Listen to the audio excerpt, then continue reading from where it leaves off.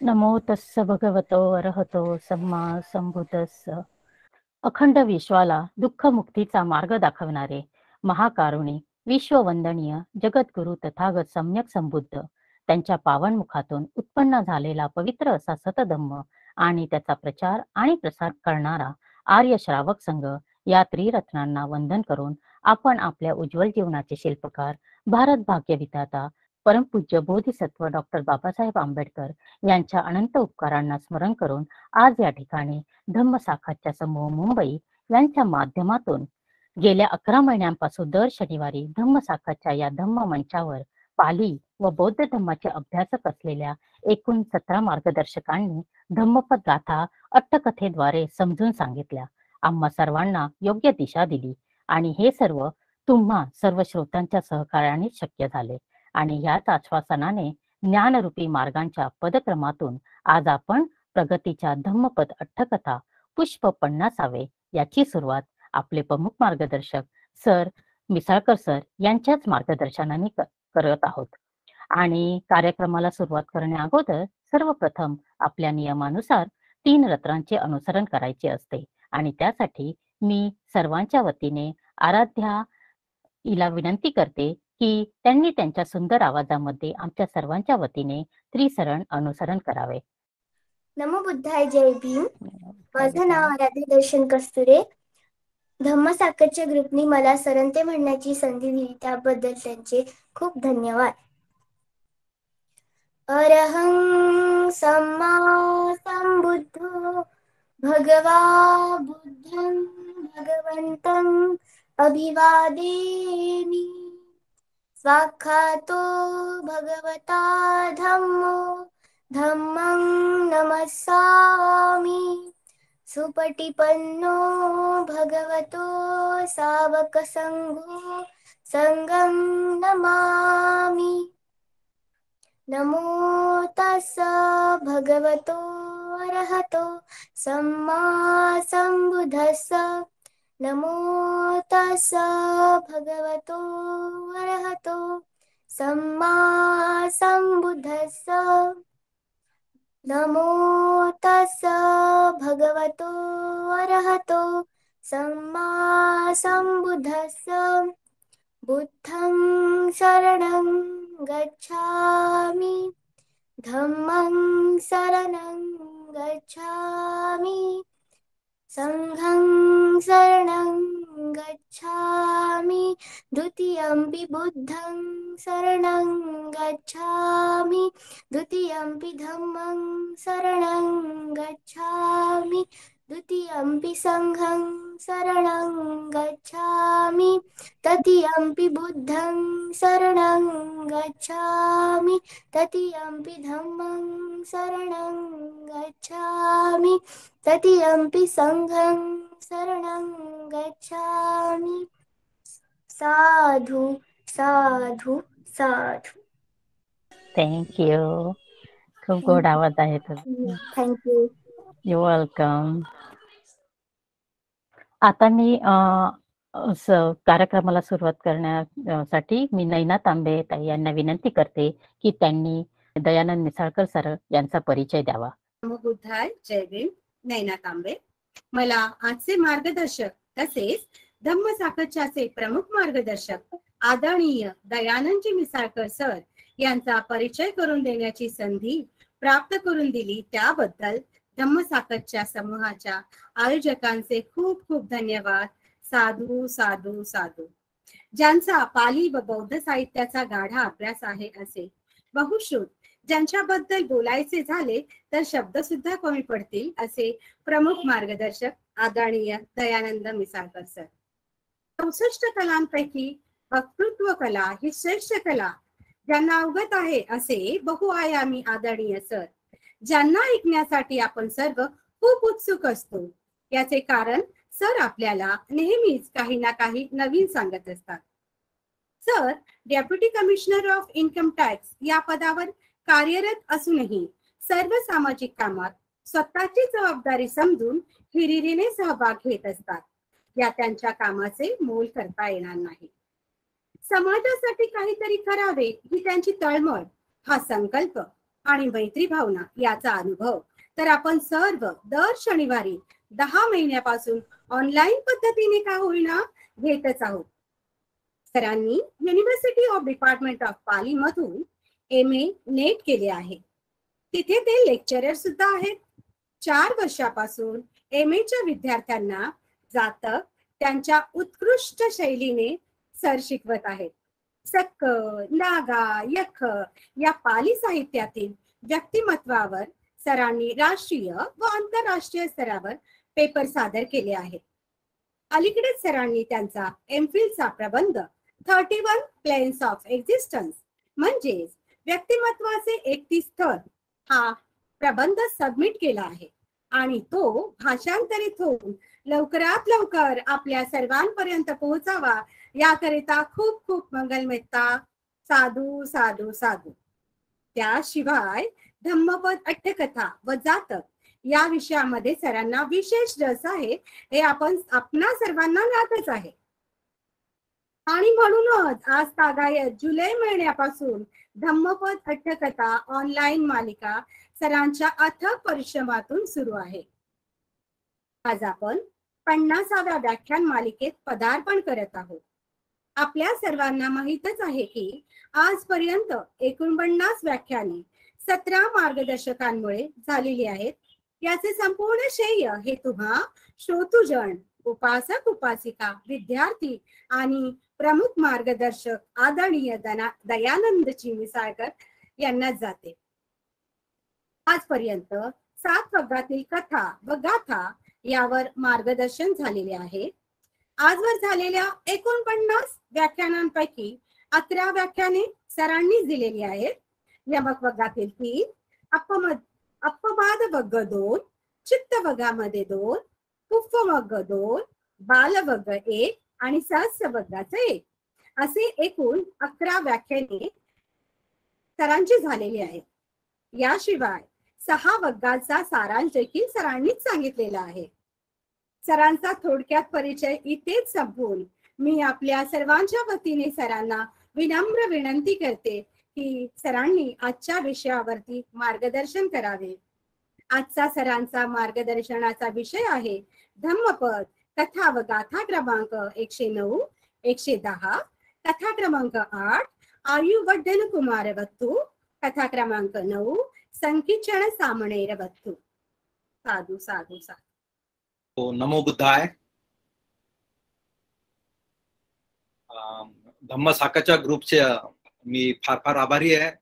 धम्मसाकाच्या आयोजक आणि PPT बनवणारे, सूत्रसंचालन करणारे, गाथा म्हणणारे, धम्मपालन गाथा म्हणणारे, वंदन म्हणणारे या सगळ्यांचा मी फार फार आभारी आहे. त्याचसोबत जे श्रेष्ठ आहेत असे उपासक उपासिका या कार्यक्रमाला आवर्जून हजर असतात आणि काही कारणामुळे हजर नसले तर ते युट्यूबवर आपले लेक्चर ऐकत असतात, आपल्या सगळ्या वक्त्यांचे लेक्चर ऐकत असतात आणि अधूनमधून फोन करून अभिप्राय पण देत असतात. अशा सगळ्या उपासक उपासिकांचे, श्रोत्यांचं मी फार फार आभारी आहे. 50वा पुष्प व्याख्यानमालाचं पुष्प गुंफताना मला खूप अभिमान वाटत आहे की एवढं मोठं जे काम आहे कंटिन्युअस प्रत्येक शनिवारी अविरत हा कार्यक्रम होत गेलेला आहे आणि याचं सगळं श्रेय जे आहे ते धम्मसाकाच्या ग्रुपचे आयोजक आणि जे ऍक्टिव्ह आहेत, ज्यांनी PPT बनवण्यासाठी किंवा इतर जी सपोर्ट केला त्यामुळे शक्य आहे. आणि माझी सगळ्यांना विनंती आहे की आपण सर्व हा कार्यक्रम अजून यशस्वी करायचा, जास्तीत जास्त लोकांपर्यंत पोहोचावा. त्यात पुण्य पण आहे आणि धम्म समजून घेण्यात मदत पण मिळते. कारण आतापर्यंत फक्त 25 ते 30% काम झालेलं आहे. अजून 70% काम बाकी आहे. तो तुमच्या सपोर्ट शिवाय, तुमच्या मदतीशिवाय शक्य नाही. आणि आपल्याला एक मिशन पूर्ण करायचं आहे. धम्मपद अट्टकथा आपल्याला सगळ्या गाथा सहित अट्टकथा सहित पूर्ण करायचं आहे. भले 1 वर्ष लागेल, अजून 1.5 वर्ष लागेल, पण ते पूर्ण झालं की मग आपण अजून दुसरा उपक्रम हाती घेणार आहे. तर हे आयुष्यभर आपण काही ना काही चांगले उपक्रम घेऊन पुढे जाणार आहे. धम्म समजून घेण्याचा प्रयत्न करत आहे आणि लोकांपर्यंत धम्म पोहोचवण्याचा प्रयत्न करत आहे. तर आपल्या सगळ्यांचा पुन्हा पुन्हा एकदा आभार आणि आपण आपल्या विषयाला सुरुवात करतो. या ज्या 2 अट्टकथा आहे याचा पहिले मी सारांश रूपाने सांगणार आहे, नंतर पालीचे जे महत्वाचे कोटेशन आहे या अट्टकथामध्ये ते सांगणार आहे. थोडासा पहिली कथा तर थोडी छोटी आहे, फार महत्वाची आहे, आणि दुसरी कथा आहे थोडी दीर्घ आहे आणि त्याच्यात खूप कोटेशन सांगण्यासारखे आहे, छोटे छोटे डिटेल्स आहे आणि ते मला तुमच्यापर्यंत पोहोचण्याचं माझी इच्छा आहे, म्हणजे तुम्हाला ती अट्टकथा अधिक चांगली समजेल आणि त्यात खूप आनंद मिळेल, धम्म समजून घेण्याला मदत होईल. म्हणून आपण जास्त डिटेलमध्ये ती कथा घेणार आहे आणि जो सारांश आहे मी थोडक्यात सांगतो. तर पहिली जी अट्टकथा आहे ती आहे आयुवड्ड कुमार वथू. तर ही कथा जी आहे ही एका लहान मुलाच्या संदर्भात आहे आणि आपण नेहमी म्हणतो की परित्राम पाठ करायचा, परित्राम पाठ ठेवतो आपण इकडे तिकडे काही कार्यक्रमाला, परित्त म्हणतो आपण त्याला. तर हे कशासाठी? परित्त म्हणजे प्रोटेक्शन. कशासाठी? तर खूप व्हायब्रेशन्स असतात, आपण त्याच्यावर नंतर चर्चा करूच आहे. पण आपल्याला या अट्टकथेत आपल्याला दिसतंय की बुद्धाने स्वतः सूचना केलेली आहे की परित्त ठेवा म्हणून. तर ही कथा जी आहे इथे एक जे 2 ब्राह्मण असतात मित्र, ते प्रवज्या घेतात आणि 48 वर्ष ते तपस्व्याचं आयुष्य जगतात. म्हणजे बुद्ध धम्माची दीक्षा घेत नाही, दुसऱ्या असेच तपस्वी बनतात आणि तपस्या करत असतात. तर यात 48 वर्ष झाल्यानंतर त्यांना जेव्हा त्यातला एक जो ब्राह्मण असतो त्याला वाटतंय की आता मी इतक्या वर्ष तपस्या केली आणि मी जर पूर्ण आयुष्य पुढे घालवलं तर मला माझं कुळ जे आहे, माझा कुळाचा नाश होईल, वंश पुढे चालणार नाही असं त्यांना वाटतंय. म्हणून ते आपलं तपस्याचं जे आयुष्य आहे किंवा जे जीवनक्रम आहे ते सोडून गृहस्थ जीवन स्वीकारतात. आणि त्यात म्हणजे उल्लेख आहे, आपण बघणारच आहे पाली कोटेशन मध्ये, की ते 100 गायी आणि 1000 कारशापन. 1000 म्हणजे त्यावेळेस कारशापन म्हणजे कहापन म्हणतात त्याला, म्हणजे 800 रुपये समजून घ्या, तिकडे त्यावेळेस ती करन्सी होती. तर त्यांनी 100 गायी आणि 1000 कहापन देऊन एका स्त्रीशी विवाह केला आणि पुढे त्यांना एक मूल प्राप्त झालं. तर हे मूल लहानच होतं, म्हणजे एकदम 2-4 दिवसाच असं ते मूल होतं समजून. तर त्यावेळेस त्यांचा जो दुसरा मित्र होता ब्राह्मण तपस्वी, तो चारिका करत करत यांच्या घराजवळ आला. मग यांनी ओळखलं त्यांना आणि जे वडील होते, म्हणजे जो ब्राह्मण तपस्वी होता पूर्वीचा, त्याने आपल्या या मित्राला, ब्राह्मण तपस्वाला त्यांनी वंदन केलं आणि त्यांनी दीर्घायू हो म्हणून आशीर्वाद दिला त्या ब्राह्मण तपस्व्याने. पण आईने पण वंदन केलं, त्याला पण दीर्घायू म्हणून आशीर्वाद दिला.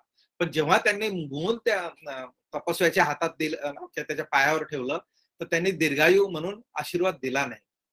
तर यांच्या लक्षात आलं की आमच्या दोघांना त्यांनी दीर्घायू म्हटलंय, पण मला म्हटलेलं नाही, म्हणजे मुलाला म्हटलेलं नाही, तर का असं?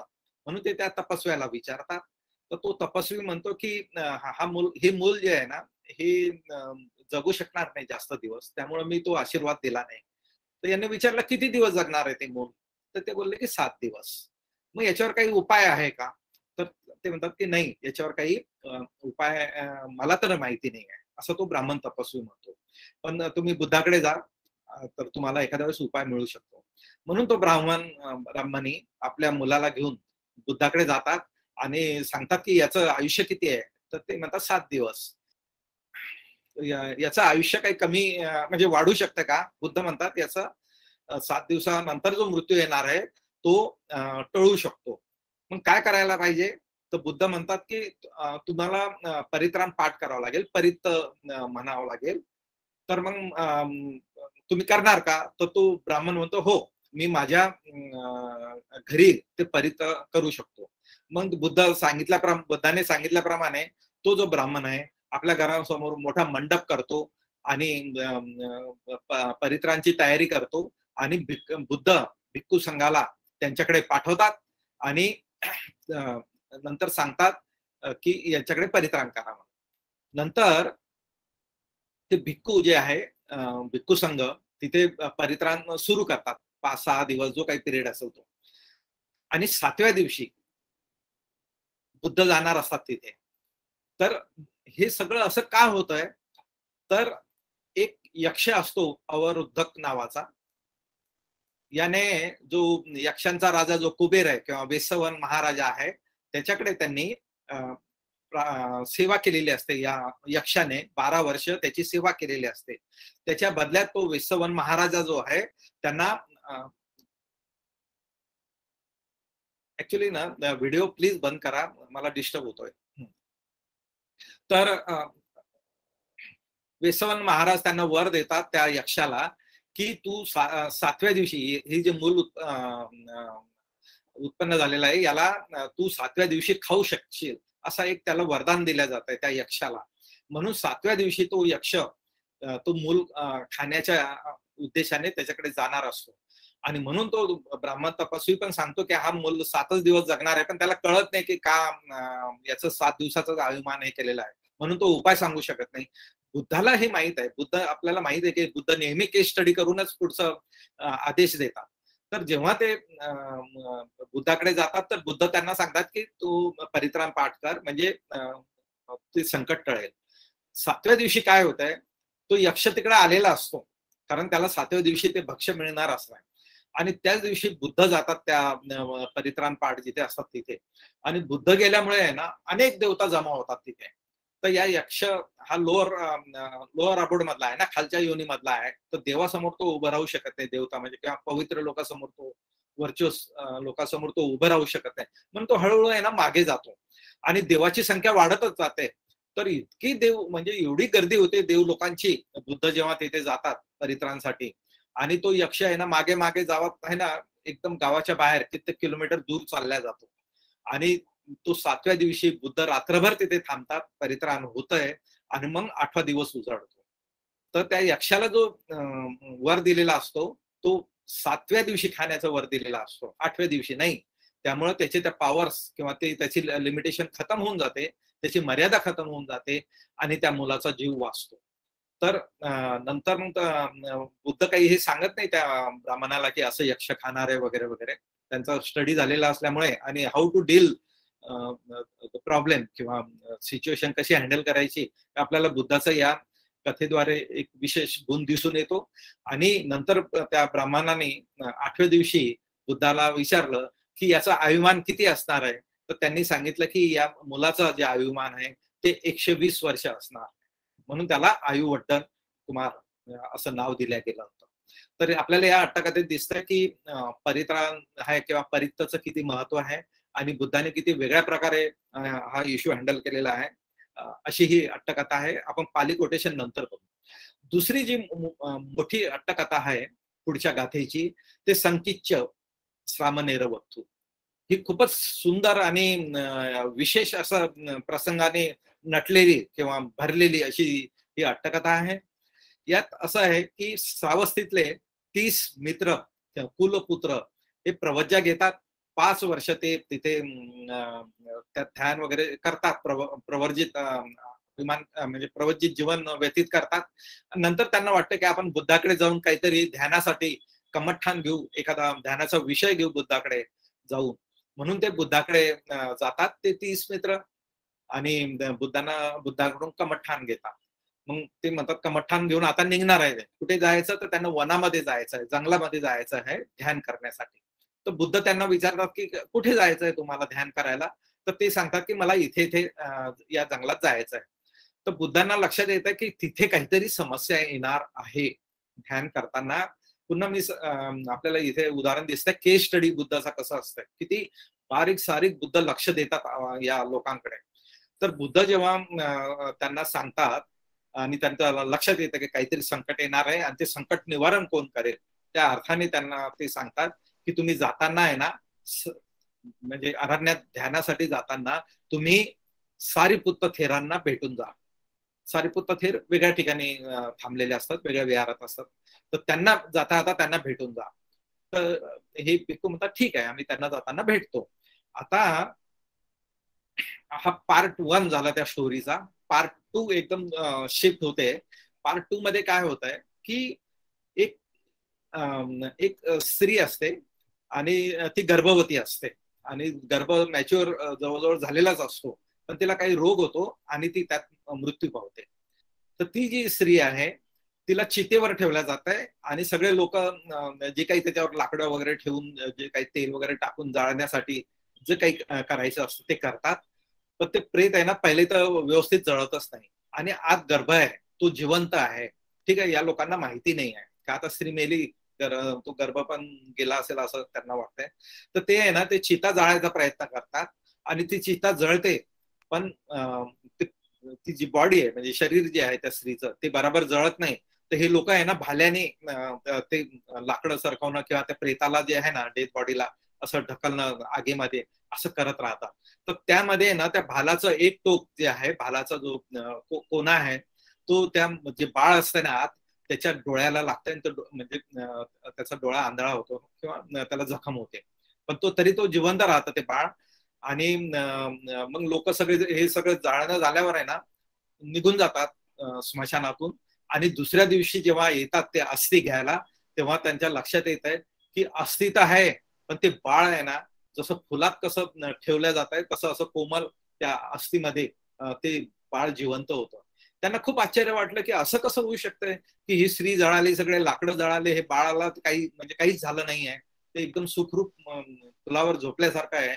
तर त्यांना भीती पण वाटते आणि विशेष वाटतंय म्हणून ते त्या गावातला एक नैमित्तिक आहे म्हणजे अशा काही कारणाचा अर्थ सांगणारा, त्याला नैमित्तिक असा शब्द सांगितलेला आहे, त्याच्याकडे जातात आणि त्याला विचारतात की असं कसं झालं आणि याचं भविष्य काय, हा मुलगा कसा वाचला आणि यानं पुढे काय होणार आहे. तर तो जो नैमित्तिक त्याला सांगतो त्या लोकांना की हा जर मूल गृहस्थी झाला तर याच्या 7 पिढ्या पुढच्या म्हणजे विनाशास पावतील, सगळ्यांचं नुकसान होईल. मात्र हा जर प्रवज्जित झाला तर याला 500 शिष्य मिळतील असं त्याचं भविष्य वर्तवतो तो नैमित्तिक. तर लोक मग त्या बाळाला घेतात आणि त्याचं पालनपोषण करतात आणि 7व्या वर्षी त्या जो मूल आहे तो श्रामनेर आहे तर संकीच त्याचं नावच संकीच ठेवलं जात आहे. तर त्याला तो संकीच श्रामने म्हणजे जो मूल आहे ते मुलामध्ये खेळत असतंय ना तर बाकी मुलं त्याला नेहमी नेहमी सांगत राहतात अरे तू तर आगीतून वाचलेला आहे, तुझी आई मेली पण तू पण वाचलेला आहे. तर याला सगळे मुलं जेव्हा बोलतात ना तर याला वाटतं की असं कसं आहे की मी वाचलो, मला नाही या संसारात राहायचं, मला या म्हणजे भौतिक जीवनात मला नाही जगायचं, मी प्रवज्जा घेईन असं ते 7व्या वर्षाचं मूल म्हणतंय. आणि मग ते त्यांच्या जे नातेवाईक आहेत त्यांना सांगतं की मला प्रवज्जा घ्यायची आहे आणि मग सारीपुत्त थेरांकडे ते घेऊन जातात आणि सारीपुत्त थेर त्या संकीच श्रामनेरला 7व्या वर्षी प्रवज्जा देतात. आणि त्याला जो ऑब्जेक्ट ऑफ मेडिटेशन जे दिल्या जात आहे त्यांनी त्वचाबद्दल सांगितलंय, त्वचा पंचक आपण ते खूप बघणारच आहे पालीमध्ये काय कोटेशन आहे. तर त्याला जो ध्यानाचा विषय दिलेला असतो तो ताबडतोब त्याला तो मिळतो, म्हणजे प्राप्त करतो तो मूल 7व्या वर्षी आणि 7व्याच वर्षी तो अरहंत होतो तो श्रामनेर.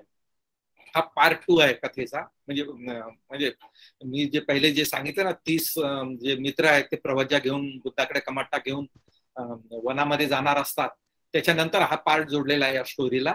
आणि त्याच्यानंतर पुन्हा पहिल्या पार्टवर म्हणजे पार्ट 3 जो आलेला आहे की हे जे 30 मित्र जे आहेत भिक्खू ते सारीपुत्त थेराकडे जातात आणि सांगतात की आम्हाला बुद्धाने तुमच्याकडे आम्हाला कमठांचा विषय दिलेला आहे, वनामध्ये जायचं आहे, मात्र तुम्हाला भेटूनच आम्हाला वनात जाण्यासाठी बुद्धाने सांगितलं म्हणून आम्ही तुमच्याकडे आलो. तर सारीपुत्त थेरांना वाटतं की बुद्धाने काही असंच पाठवलं नसेल, काहीतरी कारण असेल, म्हणून ते काय करतात ते आपल्या मेडिटेशन करतात की बुद्धाने का पाठवलं. तर त्यांच्या लक्षात येतं की यांच्यावर काही संकट येणार आहे आणि ते संकट निवारण कोण करणार आहे, तो संकीच श्रामनेर करणार आहे जो सारीपुत्त थेरांकडे ज्यांनी प्रवज्जा घेतलेली आहे आणि अरहंत झालेला आहे. तर सारीपुत्त थेर त्या भिक्खूंना म्हणतात तुमच्याकडे कोणी श्रामनेर आहे का. तर ते म्हणतात नाही आमच्याकडे कोणी नाही आहे. तर मग असं करा तुम्ही 30 लोक या, माझ्याकडे एक श्रामनेर आहे 7 वर्षाचा, त्याला घेऊन ध्यानासाठी निघून जा. तर ते 30 भिक्खू म्हणतात नको नको आम्हाला आहे ना ध्यान करायचं व्यवस्थित, आम्हाला ना डिस्टर्बन्स नको, नाहीतर हे लहान मूल घेतलं सोबत तर आम्हाला त्याचीच सेवा करावं लागेल आणि आमचं ध्यान व्यवस्थित होणार नाही. तर सारिपुत्त थेर म्हणतात, नाही, बुद्धाने तुम्हाला असंच नाही पाठवलंय. बुद्धाने जे सांगितलं आहे याच कारणासाठी सांगितलेलं आहे की याच्यामुळे तुम्हाला त्रास होणार नाही, व्यत्यय येणार नाही, तर याच्यामुळे तुम्हाला मदत मिळणार आहे, सपोर्ट होणार आहे. म्हणून ते काय करतात, हो म्हणतात आणि निसंकीच्या श्रामणेरला घेऊन एका वनामध्ये जातात. वनामध्ये गेल्यानंतर काय होत आहे की मधातच एक गाव मिळतंय. तिथे त्यांना सगळे गावकरी जे आहेत ते आमच्याकडे थांबा, आमच्याकडे थांबा त्यांना विनंती करतात आणि मग ते त्यांच्याकडे थांबतात. आणि ते लोक आहे ना खूपच सेवा करतात. कधी हा सेवा करेल, कधी तो, म्हणजे खूप जास्त त्यांचे उत्साही ते असतात. मग हे भिक्खू तिथेच थांबतात, अर्थात गावाच्या बाहेर थांबतात आणि तिकडे वन पण असते. तर एक हा एक भाग झाला. म्हणजे आता हे 30 भिक्खू वनामध्ये गेले. ठीक आहे. आता पुन्हा पार्ट 4 त्यांनी जोडलेला आहे कथेमध्ये. एक व्यक्ती असतो, त्याला मंद भाग्य म्हणू आपण किंवा दळभद्री म्हणू आपण, असे तो व्यक्ती असते. उच्छिष्ट भोगी असं सांगितलं आहे, म्हणजे उष्ट खाणारा असं ती व्यक्ती आहे. तर ही जी व्यक्ती आहे ही आहे ना आपल्या मुलीच्या भरवशावर जगत असते. मुलगी जी कमवेल त्याच्या भरवशावर हा खात असतो आणि त्यावेळेस तिकडे दुर्भिक्ष होत, दुष्काळ पडतो. तर या मुलीकडे काही मिळत नाही, व्यवस्था होत नाही, म्हणून तो दुसऱ्या मुलीकडे दुसऱ्या गावी जाण्यासाठी तो निघतो. तर रस्त्यात त्यांना हे भिक्खू दिसतात, 30 भिक्खू. आणि हे 30 भिक्खू आहे ना नुकतेच पिंडपात करून आलेले असतात आणि नदीचं पात्र म्हणजे कोरडं असतं, तिथे व्यवस्थित जागा घेऊन तिथे बसतात आणि भोजन करणार असतात. ते पिंडपात जो झालेला आहे, तर तिथे हा मनुष्य हा जो दळभद्री व्यक्ती आहे तिथे जाऊन पोहोचतो आणि तिथे उभा राहतो. तर हे भिक्खू जे आहे, जे सिनियर मॉन्क जे असतात, ते त्यांना म्हणतात तू जेवला का? तर तो म्हणतो नाही आहे. कुठे चालला? तर सांगतो की इकडे दुष्काळ आहे माझ्या मुलीकडे, म्हणून मी दुसऱ्या मुलीकडे चाललो. मग ते भिक्खू आहे ना आपल्या ताटातलं जे काही भोजन आहे सगळे भिक्खू त्याला एक एक घास देतात, तर त्याचं भोजन होऊन जातं त्या व्यक्तीचं. मग जेवण जरा चांगल्या उत्कृष्ट जेवण असतंय, म्हणून हा जो दळभद्री व्यक्ती म्हणतो की आज काही विशेष कार्यक्रम होता का ज्याच्यामुळे तुम्हाला हे भोजन इतकं स्वादिष्ट भोजन मिळालं? तर ते म्हणतात नाही, आम्हाला हे उपासक उपासिका आम्हाला असंच भोजन देतात. तर हा म्हणतो की अरे, आम्ही एवढा दिवस रात्र मेहनत करतो, मला कधी चांगलं जेवायला मिळत नाही आणि हे लोक काहीही काम न करता यांना चांगलं भोजन प्राप्त होत आहे, का ना मी यांच्या सोबत राहू? मग तो त्यांना विनंती करतो की म्हणते मी आहे ना तुमच्या सोबत राहीन, तुमची सेवा करीन. म्हणजे प्रवचनाचा नाही बोलत तो, मी सेवा करीन, तुमची छोटे मोठे कामं करीन, मला तुमच्या सोबत राहू द्या. तर ते भिक्खू म्हणतात ठीक आहे, राहा मग. आणि तो 1-2 महिने आहे ना त्या भिक्खूंकडे राहतो, खाणं पिणं करतो, थोडीफार सेवा जी करायची असेल ते करतो. आता हा आहे मंदभाग्य किंवा उच्छिष्ट भोगी हा व्यक्ती आहे, याचं इथे तरी कुठं मन रमणार आहे? पहिल्या मुलीकडे पण त्याला एक तर मुलीच्या भरोश्यावर खातो आणि नंतर त्याची व्यवस्था होत नाही म्हणून दुसऱ्या मुलीकडे जातो. असं बघत नाही की आपल्या मुलीचे काय व्यवस्थित पालन पोषण होतं का? म्हणजे तिचं पालनपोषण करायच्या ऐवजी हाच तिच्या भरोश्यावर आहे आणि तिची व्यवस्था होत नाही म्हणून दुसऱ्या मुलीकडे जातो. तिथून तो या भिक्खूकडे जातो. भिक्खूकडे खाणं पिणं व्यवस्थित झाल्यावर तिथे पण त्याचं मन रमत नाही, मग पुन्हा त्याला पहिल्या मुलीची आठवण येते. तर त्या मुलीकडे जे जाताना त्याला जे वन लागतंय, त्या वनात तो प्रवेश करायच्या आधी अजून एक पार्ट जोडलेला स्टोरीमध्ये.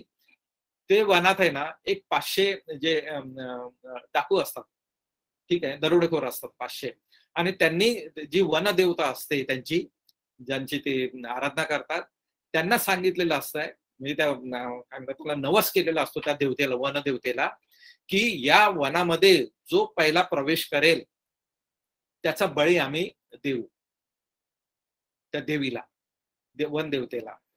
आणि ते बघतात, तो जो मुखिया जो असतो तो दरोडेखोरांचा, तो झाडावर बसलेला असतो उंचावर, कुणी येते का वनामध्ये बघतो. तर त्यांना हा जो दळभद्री व्यक्ती आहे ना वनामध्ये प्रवेश करताना दिसतोय. मग तो सगळ्या आपल्या दरोडेखोरांना मित्रांना सांगतो, चला आता तो एक व्यक्ती येत आहे, आपण त्याला पकडू. आणि ते त्याला पकडतात, दोरीने बांधतात आणि जिथे एका झाडाला बांधतात त्याला, आणि तिथे यज्ञ तयार करतात. आणि जे सळे वगैरे जे म्हणतात ना, रॉड वगैरे, आपण तंदूरसाठी जे आहे ते बांबू असतील किंवा अजून काही लाकडाचंही असेल, ते त्याला टोक बनवत असतात तलवारीने कोऱ्हाडीने.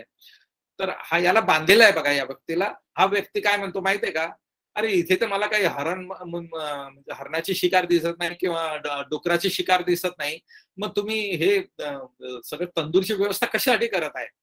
तर ते म्हणतात की तो दरोडेखोर म्हणतो मुखिया, अरे बाबा हे इथं डुक्कर हरण काही नाही, हे तर आम्ही तुला बळी देत आहे, त्यासाठी आम्ही सगळी तयारी करत आहे. तर तो काय म्हणतो, त्याला मस्त वाक्य आहे ह्याच्यात, की तो म्हणतो मी तर दळभद्री व्यक्ती आहे, माझा बळी देऊन काय होणार आहे, त्यापेक्षा मी तुम्हाला आहे ना क्षत्रियाचा बळीची व्यवस्था करतो. माझ्या ओळखीचे इकडे 30 भिक्खू आहे म्हणे, तिथे मी तुम्हाला नेतो, त्यातला कोणालाही तुम्ही म्हणजे बळी चढवा तर तुमची वन देवता पण खुश होईल, की प्रसन्न होईल, कारण क्षत्रियाचा बळी दिला. तर तो जो मुखिया असतो दरोडेखोरांचा, त्यांना वाटतं हो ही पण आयडिया चांगली आहे, या दळभद्री व्यक्तीचा बळी देण्यापेक्षा क्षत्रियाचा बळी दिलेला अधिक चांगला. म्हणून ते दरोडेखोर त्याला घेऊन जातात. आणि कुठे आहेत ते लोक, तर तिकडे घेऊन जातात तिथे. तर तिथे गेल्यावर तिथे ते भिक्खू आहे ना आपापल्या झोपडीमध्ये थांबलेले असतात, आणि तिथे एक घंटी ठेवलेली असते बाहेर, की काही कोणाला संकट आला, काही अडचण असली तर त्यांनी घंटा पडवायची, म्हणजे मग बाकी भिक्खू बाहेर येतील, इतर वेळेस कोणीही कोणाला डिस्टर्ब करणार नाही, असं त्यांचं ठरलेलं असतं. तर हा दरोडेखोर जो मुखिया आहे जोरजोराने घंटा पडवतो, पण ते सगळे भिक्खू बाहेर येतात. काय झालं, कोणी घंटा पडवलाय? तर तो मुखिया म्हणतो मी पडवली. ते म्हणतात का? तर म्हणे मला तुमचा बळी द्यायचा आहे आमच्या वनदेवतेसाठी, म्हणून मी आलेला आहे. तर त्या 30 भिक्खू मध्ये जो सगळ्यात वरिष्ठ भिक्खू असतात, ते म्हणतात की वरिष्ठाचं कर्तव्य आहे की आपल्या समूहाचं रक्षण करणं, त्यामुळे मी बळी जातो, बाकी त्याला तुम्ही संरक्षण द्यावं. पण त्याच्यानंतरचा जो सिनियर असतो तो म्हणतो नाही नाही मी बळी जातो, तुम्ही सगळे थांबा. असे करत करत आहे ना ते 30 भिक्खू म्हणजे शेवटपर्यंत म्हणतात की मी जातो, तुम्ही जाऊ नका.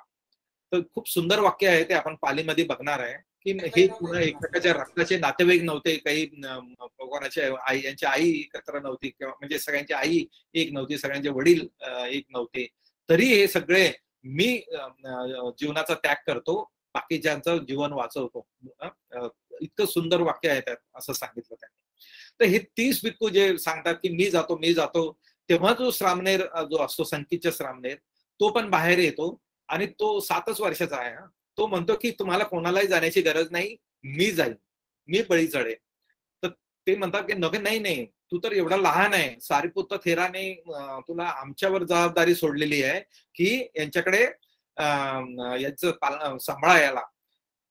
तर सारे ते श्रामने, आणि जर तुझा बळी दिला तर आम्हाला म्हणजे खूप म्हणजे दोषारोपण होईल की तुम्ही स्वतःचा जीव वाचवला आणि लहान मुलाचा बळी दिला. म्हणजे बघा तुम्ही कसं वातावरण असेल त्यावेळेस, किती भावनिक हे झालेलं असेल. तर ते श्रामनेर जे संकीचे आहे ते फार्म आहे बघा, ते अरंत आहे आणि फार्म आहे, आणि त्यांना इद्दी पण प्राप्त आहे. तर त्यांनी सांगितलं की नाही, मला बुद्धाने जे सांगितलेलं आहे, मला तुम्हाला तुमचं प्रोटेक्शन करण्यासाठीच पाठवलेलं आहे, म्हणून मी जाणार. मग शेवटी ते सगळे तयार होतात, आणि मग ते चोराला सांगतात की याला घेऊन जा. पण तो जो मुखिया म्हणतो की हा लहान मूल आहे, तुम्ही काही म्हणजे जे अग्नी पेटवणार किंवा काही भाले वगैरे काही टोक करणार, हे करणार आहे ना, मसाले वगैरे काय जे असं ते तयार करणार, तर याच्या समोर काही करू नका, कारण याच्या समोर केला तर हा खूप भयभीत होईल, लहान मुलं आहे ते, आणि त्याचा बळी चढवायचा आहे, तर त्याच्या समोर जर सगळे तुम्ही कृत्य केले तर त्याला खूप भीती वाटेल. कमीत कमी त्याला अशा ठिकाणी ठेवा की तुमची ही जी तयारी आहे बळीची ती त्याला दिसायला नको. तर ते चोर म्हणतो हो तसं. आणि नंतर आहे ना त्या श्रामनेरला तिकडे बळी चढवण्यासाठी नेतात. श्रामनेर जे आहेत संकीच्या, त्यावेळेस मेडिटेशनला बसतात, आणि जो मुखिया आहे सगळ्या यज्ञाची तयारी झाल्यावर तलवार घेतो आणि सरळ त्या संकीच्या श्रामनेरच्या जोराने वार करतो. पण त्यावेळेस ते हे मेडिटेशन मध्ये असतात.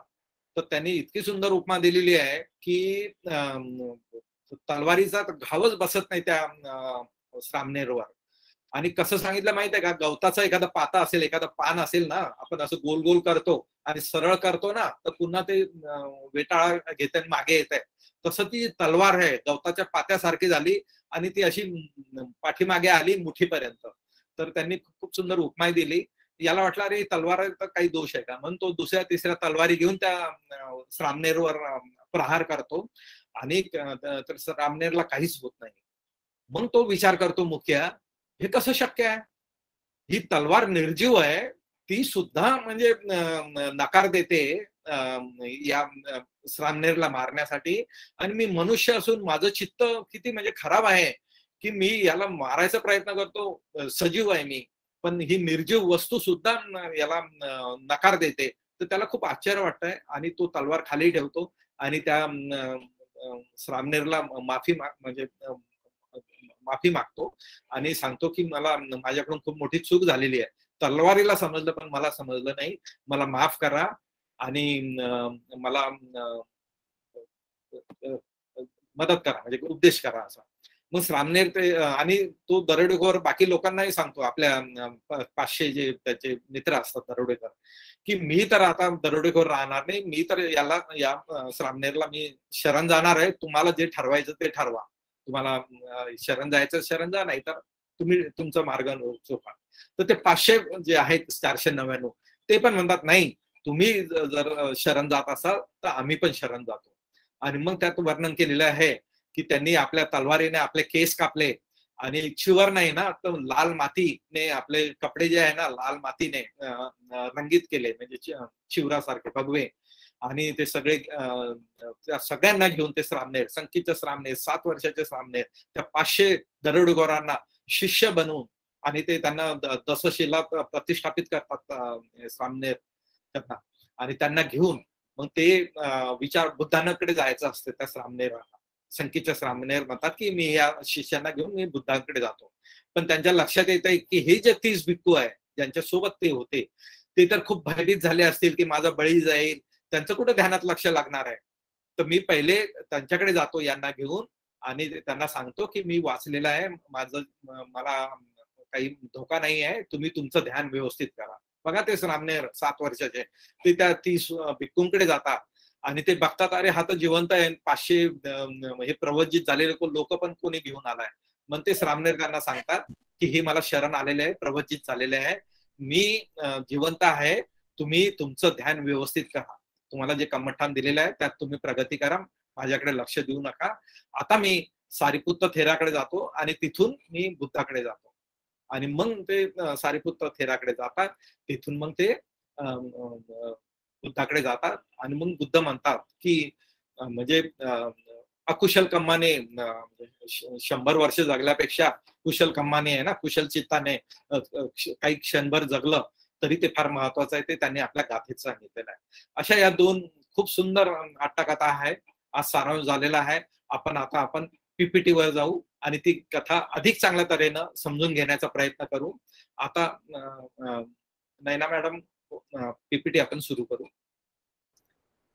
मी काही जास्त डिटेल्स देत नाही कारण खूप वेळ लागेल आपल्याला एक संपायला, त्यामुळे मी थोडस वेगाने जाईल, फार प्रत्येक शब्द नाही सांगणार.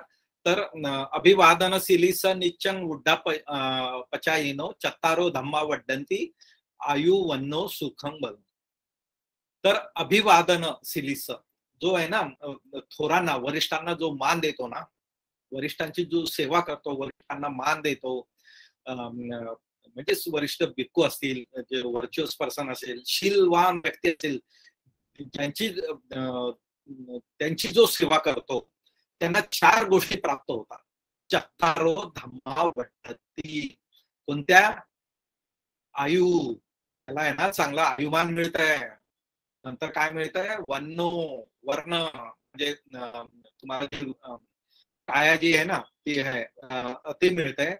नंतर सुख, त्याच्या आयुष्यात भरपूर सुख येतात. आणि बल आहे, ते सुख मिळवण्यासाठी किंवा जे काही त्याला प्राप्त करायचं असेल त्याच्यासाठी त्याला ती शक्ती प्राप्त होत असते, बल प्राप्त होत असते. आपल्याला माहित आहे की बऱ्याच वेळा भिक्खू आपल्याला आशीर्वाद देतो, आयु वन्न सुख बल चा आशीर्वाद देतात आपल्याला. तर या गाथेत बुद्धानं सांगितलेलं आहे की तुम्ही तुमचे 4 धर्म वाटतात, तेव्हा तुम्ही शीलवान व्यक्तीला तुम्ही अभिवादन करता, त्यांची सेवा करता, अशी या अर्थाची ही कथा आहे. पुढे ठीक आहे. तर सखा दिघ लंघिक निसाय अरण्य कुटीय विहरंतो दिघायू कुमार आरभ कथेसी. दिघायू कुमार जो आहे ना, ते आयु वड्डण आहे ना, म्हणजे तोच दिघायू कुमार यांच्याबद्दल ही कथा सांगितलेली आहे. पुढे आपण थोडं फास्ट जाऊ. तर मी जे सांगितलं होतं सुरुवातीला की जे दोन ब्राह्मण आहे ना, द्वे ब्राह्मणा बाहिरक पपज्जं पपज्जित्वा 48 वर्षांनी तपचरण करीनसू. तर दोन ब्राह्मण आहे ना, या दिघलंगिक नगर या नगरातले दोन ब्राह्मण बाहिरक पपज्ज. बाहिरक पपज्ज म्हणजे पपज्जा आहे ना, प्रवज्जा घेतली. बाहिरका म्हणजे बाहेरच्या पंथातले, त्यांचे जे कोणी आचार्य असेल त्यांच्याशी, म्हणजे बुद्ध धम्माची प्रवज्जा नाही घेतली, बुद्ध संघात नाही झाले ते. आणि किती वर्ष त्यांनी तपश्चर्या केली? 48. तर 48 वर्ष त्यांनी सेवा केली, तपश्चर्या केली. नेक्स्ट काय झालं पुढे? तेसु एको पवेनी मे नस्सी सती विभव निसामेती चिंतेत्वा अत्तना कथन तपंग परेसन विकिन्नित्वा. तर याला असं वाटलं की आपला कुळाचा नाश होईल. मग त्याने काय केलं बघा, अत्तना कथन तपंग परेसन विकिन्नित्वा, म्हणजे आपण केलेले जे 48 वर्षाचे तप जे आहे ते त्याने विकून, विकिन्नित्वा म्हणजे विकून, परेसन म्हणजे दुसऱ्याला, आपलं म्हणजे हे जे तप केलं त्याच्यापासून जे मेरिट मिळालं त्याला, जे असं त्याला वाटत असेल ते त्याने कोणाशी सौदा केला असेल. असे आपल्याला बरेच होतं की तू जे मेरिट कमवलेलं आहे, जे पुण्य कमवलेलं आहे त्याचा मला सहभाग दे, त्याच्या बदल्यात मी तुझी सेवा करीन किंवा हे दान करीन किंवा अशी पद्धत आहे. तर याने आपले तपश्चर्याचे जे काही फळ असतील ते विकून गो सतेन, म्हणजे गो म्हणजे गाई, सतेन म्हणजे 100 स एव कहापन सतेन, सतेन म्हणजे 100, कहापन म्हणजे त्याने काय केलं की 100 गाई आणि 100 कहापन सद्धी भरियंग लभित्वा, म्हणजे ते देऊन त्याने पत्नी मिळवली, असं त्याचं आहे. कुटुंब संटपेसी, आणि आपल्या कुटुंबाचं पालन पोषण केलं. अतस्स भरिया पुत्तंग विजाई, नंतर त्याला काय झालं, एक पुत्र प्राप्त झाला. नेक्स्ट, गंत्वा पुत्त मातु हत्ते दत्वा स्वयं तावंग वंदी मातापी पुत्तंग पितु हत्ते दत्वा वंदी सो दिघायुका होता ती आह पुत्ते पण वंदा पिते तुन्य अहोसी. तर मी तुम्हाला सांगितलं की त्यांचा जो तपस्वी ब्राह्मण मित्र होता, जेव्हा तो त्यांच्या घरी आला तो वडिलाने वंदन केलं तर त्याने दीर्घायू हो म्हटलं, आईने वंदन केलं, दीर्घायू म्हटलं. पण जेव्हा मुलाला त्यांना त्याच्या जवळ दिलं तर त्यांनी दीर्घायू हो असं म्हटलं नाही. म्हणून त्यांनी विचारले की असं का? तर ते म्हणतात की अथन कम्मा कस्मा बनते मे वंदिते दिघायुका होता ती वत्वा इमस्स वंदन काले किंची न वदेता ती आह तर इमेस्य को अंतराय अथी ब्राह्मणाती कित्तकं जीवी सत्ती ती बनते ती सत्ताह. म्हणजे ते विचारतात की तू माझ्या मुलाला का नाही दीर्घायू म्हटलं? तर ते सांगतात की या कारणामुळे. मग माझा मुलगा किती दिवस जिवंत राहील? कित्तकं जीवी सत्ती बनते ती सप्ताह, 1 सप्ताहापर्यंत, 7 दिवस ते राहणार. पटी बहान कारण अथी बनते ती, याला काही उपाय आहे का? नेक्स्ट, न अहं पटी बहान कारण जानामी ती, म्हणजे त्यांना ते आहे माहिती त्या ब्राह्मणाला की हा 7च दिवस जगणार आहे, पण त्याच्यावरचा उपाय त्याला माहिती नाही. कोपन जाणे म्हणते ती, मग तो म्हणतो की कोण जाणेल हे याचा उपाय? समनो गौतम जाणेय, तो म्हणतो की श्रवण गौतम जे आहे ते जाणतात. तसं संतिकं गत्वा, त्यांच्याजवळ जा आणि पुच्छा येते, त्यांना विचार. आणि ते म्हणतात त्याच्याकडे कोण जाईल, कारण हा वेगळ्या पंथाचा आहे ना, बुद्धाकडे जायला थोडासा तो इच्छुक नसतो, उत्साहित नसतो.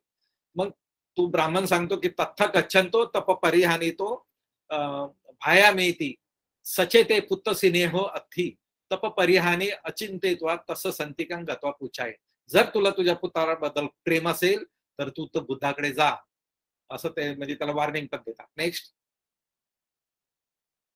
जानाती ब्राह्मणो सत्तारंग पुच्छे अथीपण बनते पटिबहानो होती भवेय ब्राह्मणाती की वेयाती. चला पुढे मी सांगतो याचा.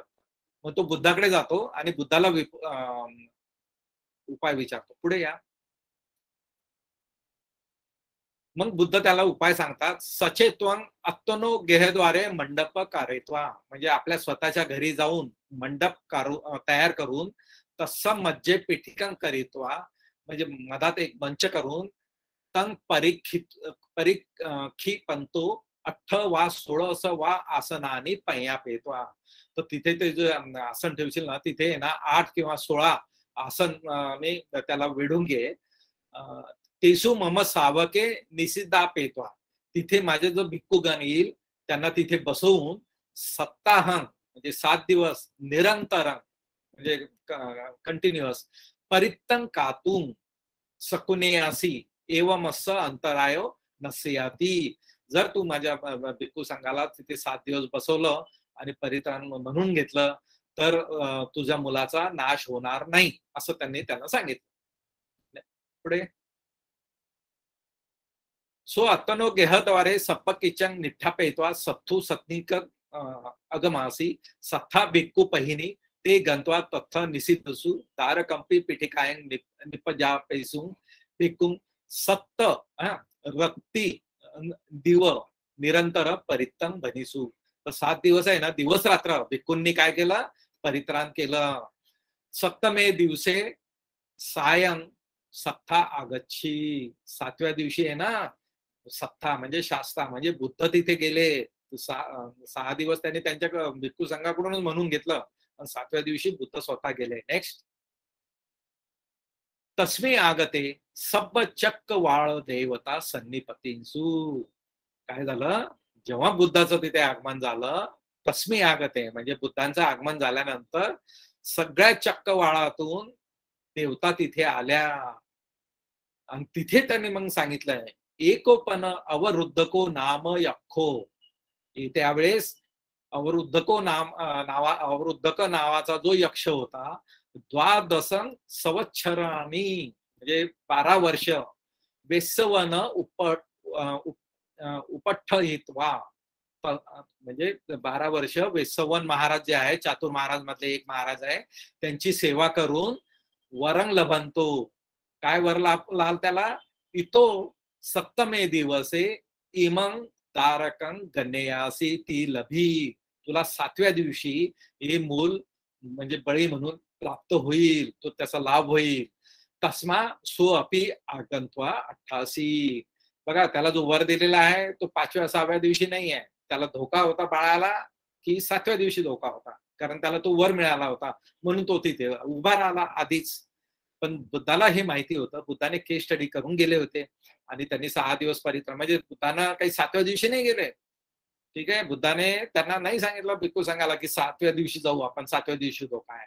त्यांनी प्रिकॉशनरी मेजर म्हणून आधीच त्यांनी सगळी तयारी करून मंडप तयार करून सगळ्या भिक्खू संघाकडून 6 दिवस निरंतर परित्राण पाठ करून 7व्या दिवशी बुद्ध गेले. आणि त्यांना माहित आहे की मी आल्यावर हा तर यक्ष जवळ येऊच शकणार नाही, पण इतर देवतामुळे पण म्हणजे बुद्धाला काहीच करायची गरज नाही आहे. त्या यक्षाला ते बोलले बी नाही, हाकललं पण नाही. पण त्यांनी असं काही तयारी केली किंवा अशी व्यवस्था केली की देव येत गेले आणि ते यक्ष मागे मागे गेला. आता यक्षाला तो बाळच दिसणार नाही. सगळे प्रोटेक्शन म्हणजे बघा ना, भिक्खू संघ आहे, बुद्ध आहे आणि देवता पण आहे. काय यक्षाची हिंमत आहे त्याच्याजवळ जाण्याची. नेक्स्ट सत्थारीपण तथगते महे सख्खांसु देवतासु सन्निपतितासु अप्पे सख्खा देवता ओसकित्वा ओकासं अलभमाना 12 योजनानी पट्टिकमसु. तर देवता येत गेल्या, त्यांना गर्दी वाढत गेल्यामुळे हा 12 योजनाने म्हणजे 12 योजन त्याला दूर जावं लागलं, म्हणजे खूप दूर जावं लागलं त्या याला. त्याचा प्रभाव या बाळावर पडू शकत नव्हता, इतक्या दूर तो गेला होता. नेक्स्ट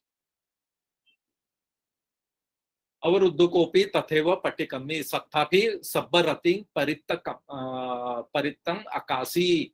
तर नंतर तो यक्ष मागेच गेला आणि मागे मागे गेला आणि सत्था म्हणजे शास्त्राने सुद्धा म्हणजे बुद्धाने सुद्धा पूर्ण रात्रभर सब्बरती परित्तं आकाशी, रात्रभर त्यांनी परित्राण केलं बुद्धाने. पण तिथे हजर राहिले ते, असं नाही की तो यक्ष मागे गेला म्हणून ते. म्हणजे किती काळजी घेतली बुद्धाने एका जीवाची आणि किती पद्धतशीरपणा आपल्याला दिसतो हे आपल्याला या वाक्यावरून दिसत आहे. सत्ताहें वितिवत्ते अवरुद्धको तारकं न लभी. याच्यामुळे काय झालं, त्याला 7व्याच दिवशी मिळणार होतं, 5व्या किंवा 6व्या किंवा 8व्या दिवशी नव्हतं मिळणार. त्यामुळं सत्ताहें वितिवत्ते 7 दिवस झाल्यानंतर अवरुद्धको जो यक्ष होता तारकं न लभी, त्याला लाभ नाही झाला त्या तारकांचा. नेक्स्ट म्हणजेच त्या मुलाचा मृत्यू टळला. अठ्ठमेपन दिवसे अरुणे उगत मते, म्हणजे दुसऱ्या दिवशी 8व्या दिवशी जेव्हा सूर्योदय झाला, तारकं आनेतो सत्तारंग वंदापेसू, त्या मुलाला आणलं त्यांनी आणि बुद्धाचं वंदन करून घेतलं त्यांनी. मग तेव्हा शास्त्राने म्हटलं की दीर्घायुको होई ती, त्याला दीर्घायूचा आशीर्वाद दिला. नेक्स्ट पीपीटी खूप छान आहेत. किव चिरंगपण भोगवतम दारको ठसती ती, तर त्याच्या आई वडिलाने बुद्धांना विचारलं की हा किती दिवस याचा आयुमान राहणार आहे, किती दिवस जगणार आहे. तर बुद्ध म्हणतात 20 वत्स सत आहे ना, सत म्हणजे 100, 20 म्हणजे 20, म्हणजे 120 वर्ष हा जगणार आहे. म्हणून त्याचं नाव ठेवलं गेलं आयुवड्डन कुमारो ती नामं करिसू. नेक्स्ट मग बुद्ध आपली जी गाथा जे सांगतात ना, जे मी तुम्हाला सुरुवातीला सांगितली, बुद्ध त्याचा अर्थ सांगतात. भिक्कवे न केवलं आयुवड्ड एव इमे पण सत्ता गुणवंते वंदंता अभिवादेंता चतुहे कारणे ही वर्धंती. आहे ना, 4 कारणाचा म्हणजे 4 गोष्टीचा लाभ होतो जर तुम्ही गुणवंते वंदंता, गुणवंत व्यक्ती आहे ना, शीलवंत व्यक्ती है ना, भिक्खू है, बुद्ध है, श्रेष्ठ है, वरिष्ठ है, वृद्ध है, यांना जर अभिवादन केलं तर तुम्हाला 4 गोष्टीची तुमच्या गुणांची वाढ होते. कोणती? तर आयु वन्नो सुख बल. तर अशी ही अट्टकथा आहे, अशी ही गाथा आहे. परित्राण पाठाचं आपल्याला महत्व दिसतंय. एक महत्वाचा रेफरन्स बुद्धकालीन आहे, म्हणजे असं नाही की अतीत कथा आहे, ही बुद्धाच्या काळात घडलेली घटना आहे आणि या गाथेचा अर्थ आपल्याला असं सांगितलेला आहे. आपण हे इथेच थांबू. आपण आता दुसऱ्या अट्टकथेकडे जाऊ. देशनवासाने ही जी जेव्हा देशना झाली, आयुवड्डन कुमारो पंचही उपासक सतेही सती सोतापत्ती फले पतिठी. तर ते जे आहेत 500 जे उपासक तिथे होते त्यांना सोतापत्ती फळ प्राप्त झालं, म्हणजे मुलाचा तर जीव वाचला परित्राणमुळे. जेव्हा बुद्धाने ही गाथा समजून सांगितली तेव्हा 500 जे उपासक आहे त्यांना सोतापन्न फळ प्राप्त झालं. अयेपी बहु सोतापत्त पत्ती फल आदिनी पापुनी सुती, म्हणजे बाकीच्यांना सुद्धा अनेक लोकांना, म्हणजे त्याची संख्याच मोजता येत नाही, अशा लोकांना सोतापत्ती प्राप्त झालं आणि इतरही फळ प्राप्त झाले, असं या वाक्याचा अर्थ आहे. आणि इथे ही अट्टकथा संपते. आता जी दुसरी जी अट्टकथा आहे, मी तुम्हाला सांगितलं होतं की तो 7 वर्षाचा दुष्रामनेर आहे आणि त्याच्याबद्दल सविस्तर सांगितलं, ते आपण पाली कोटेशन मध्ये बघू. योच वत्स सतन जीवे दुशील असमाहितो एकाहं जीवितं सेयो शीलवंतस झाईनो. तर जो आहे ना अनेक वर्ष दुःशीलाने जगतो, त्याच्यापेक्षा एक थोडासा क्षणही जर शीलवंत म्हणून जगला तो जास्त महत्वाचा असतो, तो जास्त फल प्राप्त करून देतो, असं या गाथेचा अर्थ आहे. पुढे योच वत्सवतं जीवेती इमं धम्मदेशनं सत्ता जेतवने विहरंतो. जेतवन मध्ये विहार करताना बुद्धाने ही गाथा सांगितलेली आहे. कोणाच्या संदर्भात सांगितलेली आहे? संकितच्या श्रामनेरा, जो 7 वर्षाचा श्रामनेर होता, त्याच्या संदर्भात सांगितलेली आहे. पुढे सावथ्य कीर 300 मत्ता कुलपत्ता सत्तुम धम्मकथन सुत्वा सासने उरंदत्वा पपंजिसू. तर श्रावस्ती मधले 30 कुलपुत्र जे होते त्यांनी धम्मकथा ऐकली, बुद्धाची प्रवज्जा घेतली आणि ते उपसंपदाय पंचवसा होतवा, म्हणजे उपसंपदा घेऊन 5 वर्ष झाले. सत्तारंग उपसंकमित्वा, 5 वर्ष झाल्यानंतर ते शास्त्राकडे आले आणि गंध धुरण विपसना धुरानी धुरंती द्वे धुराने ती सुत्वा, मग त्यांनी आहे ना तिथे त्यांनी उपदेश ऐकला. तर हा नेहमी विषय येतो की गंथदुरं आणि विपස්සना दुरं. तर तुम्हाला जर निब्बाण प्राप्त करायचा आहे, ध्यानात प्रगती करायची आहे, तर तुम्ही दोन मार्गाने तिथे करू शकता. एक तर बुद्धाने जे दिलेले उपदेश आहे, म्हणजे जे सूत्र आहे, ज्या गाथा आहेत, त्याचा अभ्यास करून त्या समजून त्याच्यावर लक्ष केंद्रित करून ध्यान केंद्रित करून तुम्ही निब्बाण प्राप्त करू शकता. किंवा मग विपश्यना जे आहे, अनिच्छ जे आहे, त्याच्याच त्या मार्गाने पण तुम्ही अभिधम्म समजून तुम्ही निब्बाण प्राप्त करू शकता. तर आता सुत्त हा मोठा प्रकार आहे, अनेक गाथा आहे, त्याचं समजून घेणं कोणाला ते कठीण जात आहे, कोणाला विपश्यना सोपी वाटते, कोणाला सुत्त जे आहे ते सोपे वाटतात. तर त्या व्यक्तीची जी प्रकृती असते त्यानुसार त्यांनी ते निवडायचं असतंय आणि ध्यानात प्रगती करायची असते. तर यांना दोन्ही पर्याय होते.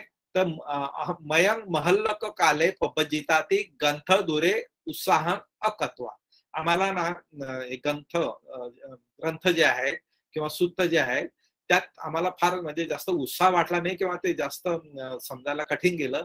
अकत्वा विपස්සना धोरण पुरे तू कामा. आम्ही विपश्यना करून अरंत पदासाठी कमठ्ठान पाहिजे असं बुद्धाला त्यांनी सांगितलं आणि बुद्धाने त्यांना कमठ्ठान दिलं प्रत्येकाला की तुम्ही हा विषय घ्या ध्यानाचा, म्हणजे तुम्हाला ध्यानात प्रगती होईल निब्बाणासाठी. मग त्यांनी बुद्धाने विचारलं की तुम्ही कुठे जाणार आहे विपश्यना करायला. तर भन्ते एक अरण्यातन गमिष्यामि. तर त्यांनी विचारलं आम्ही एका अरण्यात जाणार आहे. तर ते म्हणतात कोणतं अरण्य आहे. तर ते म्हणतात असुकं नाम. त्या अरण्याचं नाव होतं असुकं. तर बुद्ध भन्ते एक अरण्यातन गमिष्यामि सत्थारं आपुच्छिसु. सत्था कतरं ठाणे गमिष्यताति पुच्छित. हे रिपीट झालेलं आहे. नेक्स्ट. तर बुद्धाने त्यांना विचारलं कोणत्या वनात तुम्ही जाणार आहे. तर त्यांनी सांगितलं की असुकं याच्यात जाणार आहे. तर बुद्धांचा केस स्टडी असतो ते आपण ऐकलेलंच आहे. तर त्यांनी सांगितलं की जाताना तुम्ही सारिपुत्त थेराकडे जा. जर त्या वनामध्ये तुम्ही जर विपश्यनासाठी जात असाल तर जाता सारिपुत्त थेराला भेटा. आणि मी सांगितलं होतं हा पार्ट 1 झाला होता स्टोरीचा आणि स्टोरीचा मग दुसरा पार्ट त्यांनी जोडलेला आहे. तो संकिच्च श्रामणेरचा जोडलेला आहे की संकिच्च श्रामणेरो नाम सारिपुत्त थेरस सामनेरो सत्तवस्सिको जातीया तस्स कीरं माता सावतीय अड्डकुलस्स देता सा तस्मै कुच्छी गते एकेन व्याधीना तंख क्षणेव कालम आकाशी. तर त्यावेळेस काय झालं की ही जी स्त्री आहे तिला एक ती गर्भवती होती पण तिला आहे ना एक व्याधीमुळे तिचं निधन झालं असं सांगितलं. तसं झापीय मानाय ठपेत्वा गब्भम असन सेसन झाई. तर मी शॉर्ट मध्ये सांगतोय की जेव्हा तिला जाळलं ना तर गब्भम असन सेसन झाई. तर गब्बाच्या आजूबाजूला पण म्हणजे जाळ अग्नी उत्पन्न झाला होता. आता सा गब्बम असन शीतकतो ओतारेत्वा द्विसु तिसु ठाणेसु सुलेही विजिन्सु. तर ते काय करत होते ना ते बॉडी व्यवस्थित जाळण्यासाठी आहे ना त्यांनी जे भाले किंवा जे टोकदार काड्या होत्या त्यांनी त्या बॉडीला टोचत होते. तर सूल कोटी दारकस अख्खी कोटिंग पहरी. तो जो सूळ होता ना तो तीक्ष्ण जे काठी किंवा भाला होता त्याच्यामुळं अख्खी म्हणजे आख आहे ना म्हणजे डोळा त्या दारकस म्हणजे जे गर्भामध्ये मूल होतं ना त्याच्या डोळ्याला प्रहार झाला असं त्यांनी सांगितलं. एवं गब्बम असं विजित्वा अंगारं स्मी खेपित्वा अंगार हेटेत्वा पटी छातेत्वा पक्क मिसवा. पुढे जाऊ. गब्बम असं झाई अंगार मथके पण सुवर्ण बिंब सदिसो दारको पदुम गब्बे निपन्नो विय अहोसी. तर मी तुम्हाला जेव्हा सांगितलं की जेव्हा तो पूर्ण म्हणजे त्याची आई पूर्ण जळाली, पूर्ण लाकूड जळाले, दुसऱ्या दिवशी जेव्हा ते मुलं ते लोक त्या अस्थी जमा करण्यासाठी पोहोचले तर गब्बम असं झाई जो बाकी सगळं जे गर्भाच्या आजूबाजूचं जे होतं ते सगळं जळून गेलं. पण सुवर्ण बिंब सदिसो दारको सुवर्णासारखा दिसणारा सुवर्ण कांती असणारा दारको म्हणजे ते मूल पदुम गब्बे निपन्न विय म्हणजे कमळाच्या फुलावर जसं मस्त झोपलेलं असतं ना, तसं ते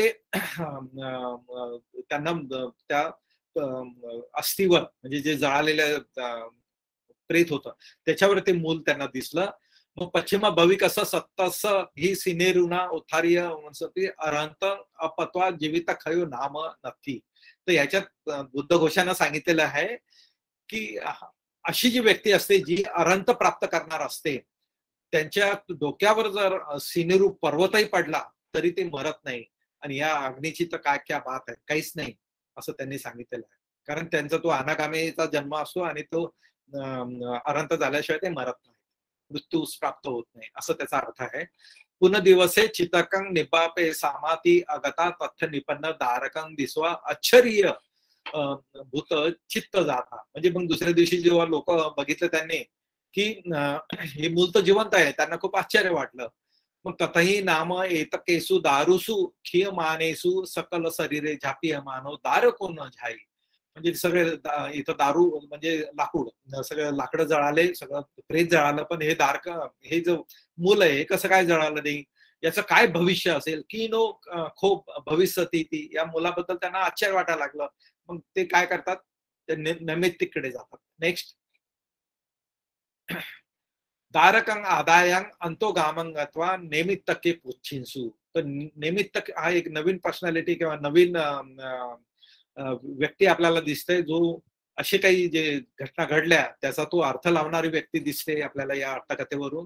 तर ते निमित्तका काय म्हणतो की सचे अयंग दारको अगारंग अज्ज वसी सती. जर हा मूल घरात राहिला म्हणजे गृहस्थी राहिला तर सत्तमा कुल परिवठ्ठा ज्ञातका दुर्गता भविष्यती. तर त्याच्या 7 पिढ्या ज्या आहे ना त्यांची दुर्गती होईल, त्यांचा नाश होईल, विनाश होईल असं ते सांगतात. सचे पबिज्जी सती. जर त्याने प्रवज्ञा घेतली तर पंचेही समनसतेही परिवृत्तो विचारी सत्ती ती अहंसू. जर याने प्रवज्ञा घेतली तर हा 500 भिक्खूंसोबत 500 शिष्यासोबत वेढलेला असेल असं त्यांनी त्याचं भविष्य सांगितलं. तसं संकुना अख्खी कोटी या भिन्नता संकिंचंती नामं करीसू.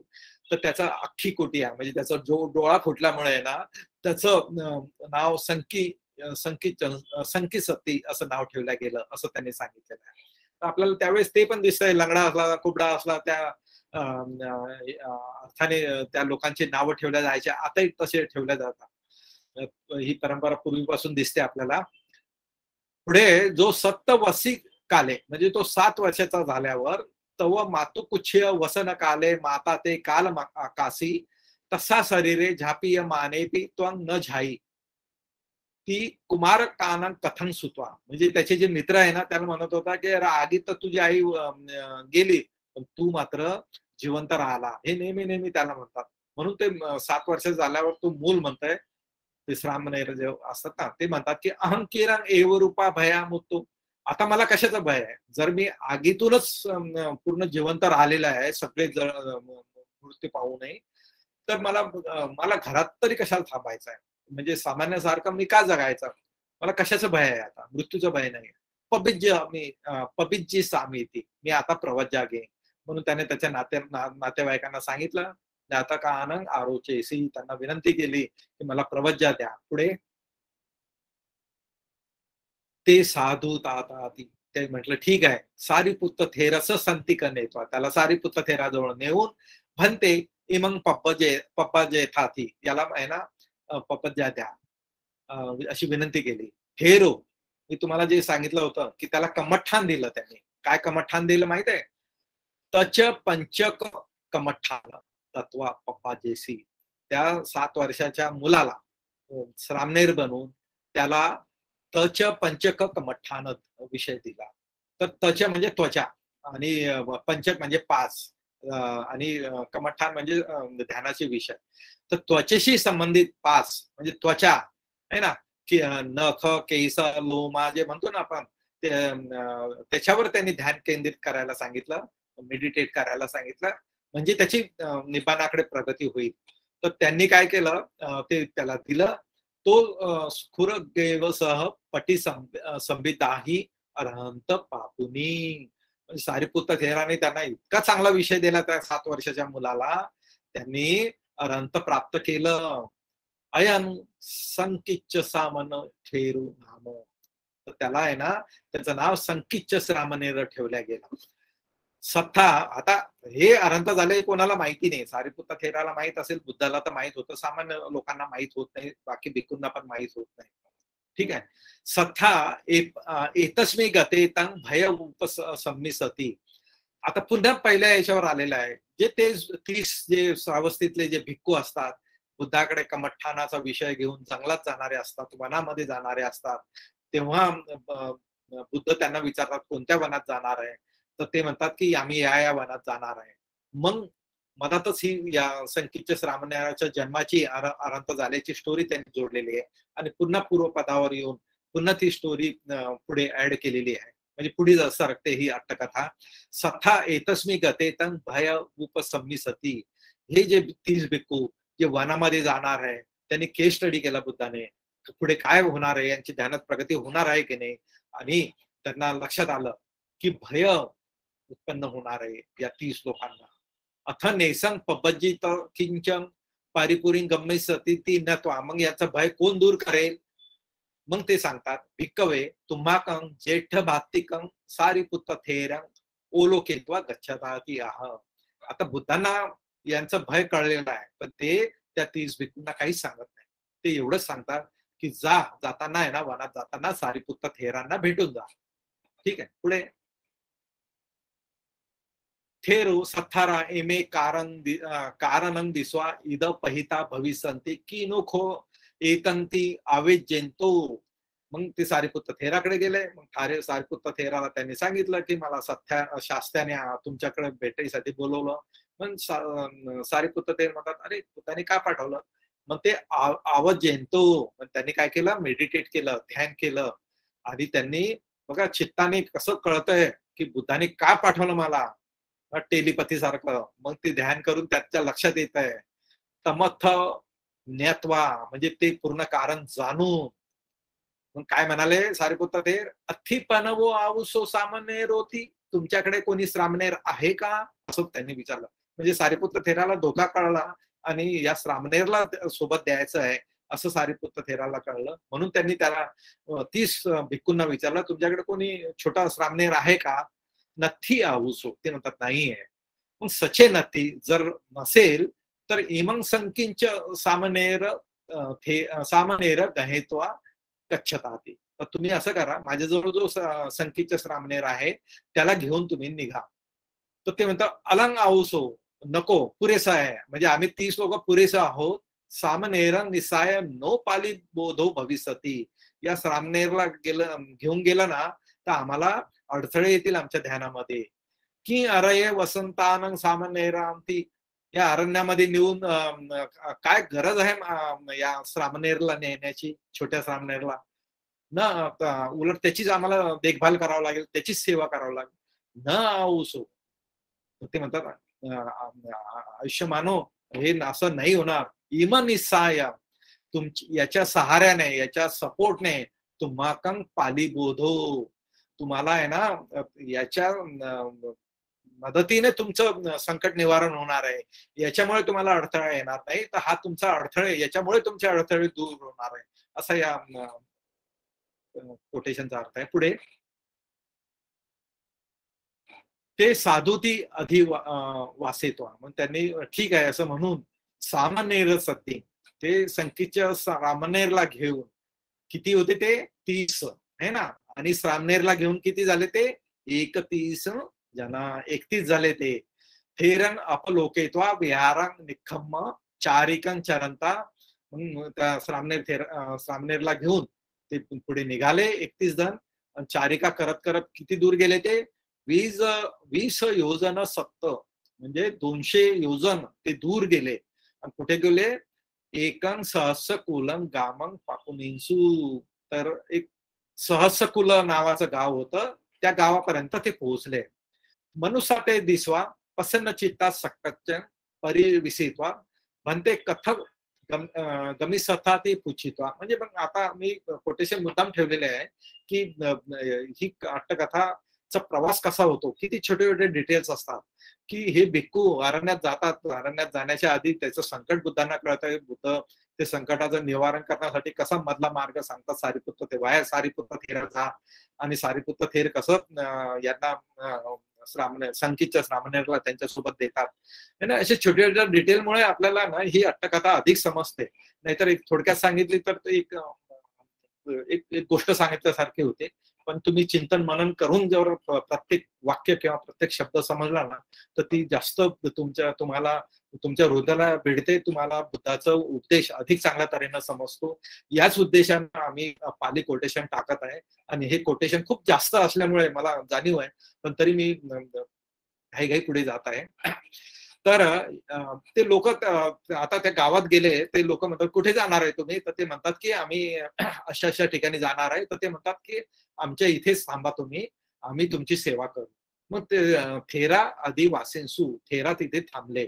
ठीक आहे. नेक्स्ट. अथ नेसन मनुसा सती रत्ती ठानन दिवा ठानन चंकमन पन्नसालायो संविहित्वा. त्यावेळेस काय केलं त्यांनी, जिथं 30 भिक्खू म्हणजे 30 भिक्खू आणि 1 श्रामणेर असे 31 जण जेव्हा तिथे गेले, त्यांनी रात्र दिवसा जे फिरण्यासाठी राहण्यासाठी आहे ना पन्नसालायो पर्ण कुटी बनवली आणि जे जे गरजेचं आहे ना ते सगळं लोकांनी दिलंय. बघा प्रत्येक गावात भिक्खू जायचे तिथं वर्षावासाठी किंवा तिथं थांबत असतील तर लोक कशी व्यवस्था करायची आपल्याला असे छोट्या छोट्या डिटेल मधून दिसतात. अज्यमयं स्वेमयं ती उत्साह पत्ता उपठानं अकंसू. तर ते लोक आहे ना एवढे उत्साही होते, मी करतो आज माझा नंबर, आज मी सेवा देणार आहे ना, असं उत्साहाने आहे ना. उत्साह पत्ता उपठाना म्हणजे सेवा करत होते. बघा किती उत्साही लोक होते ते.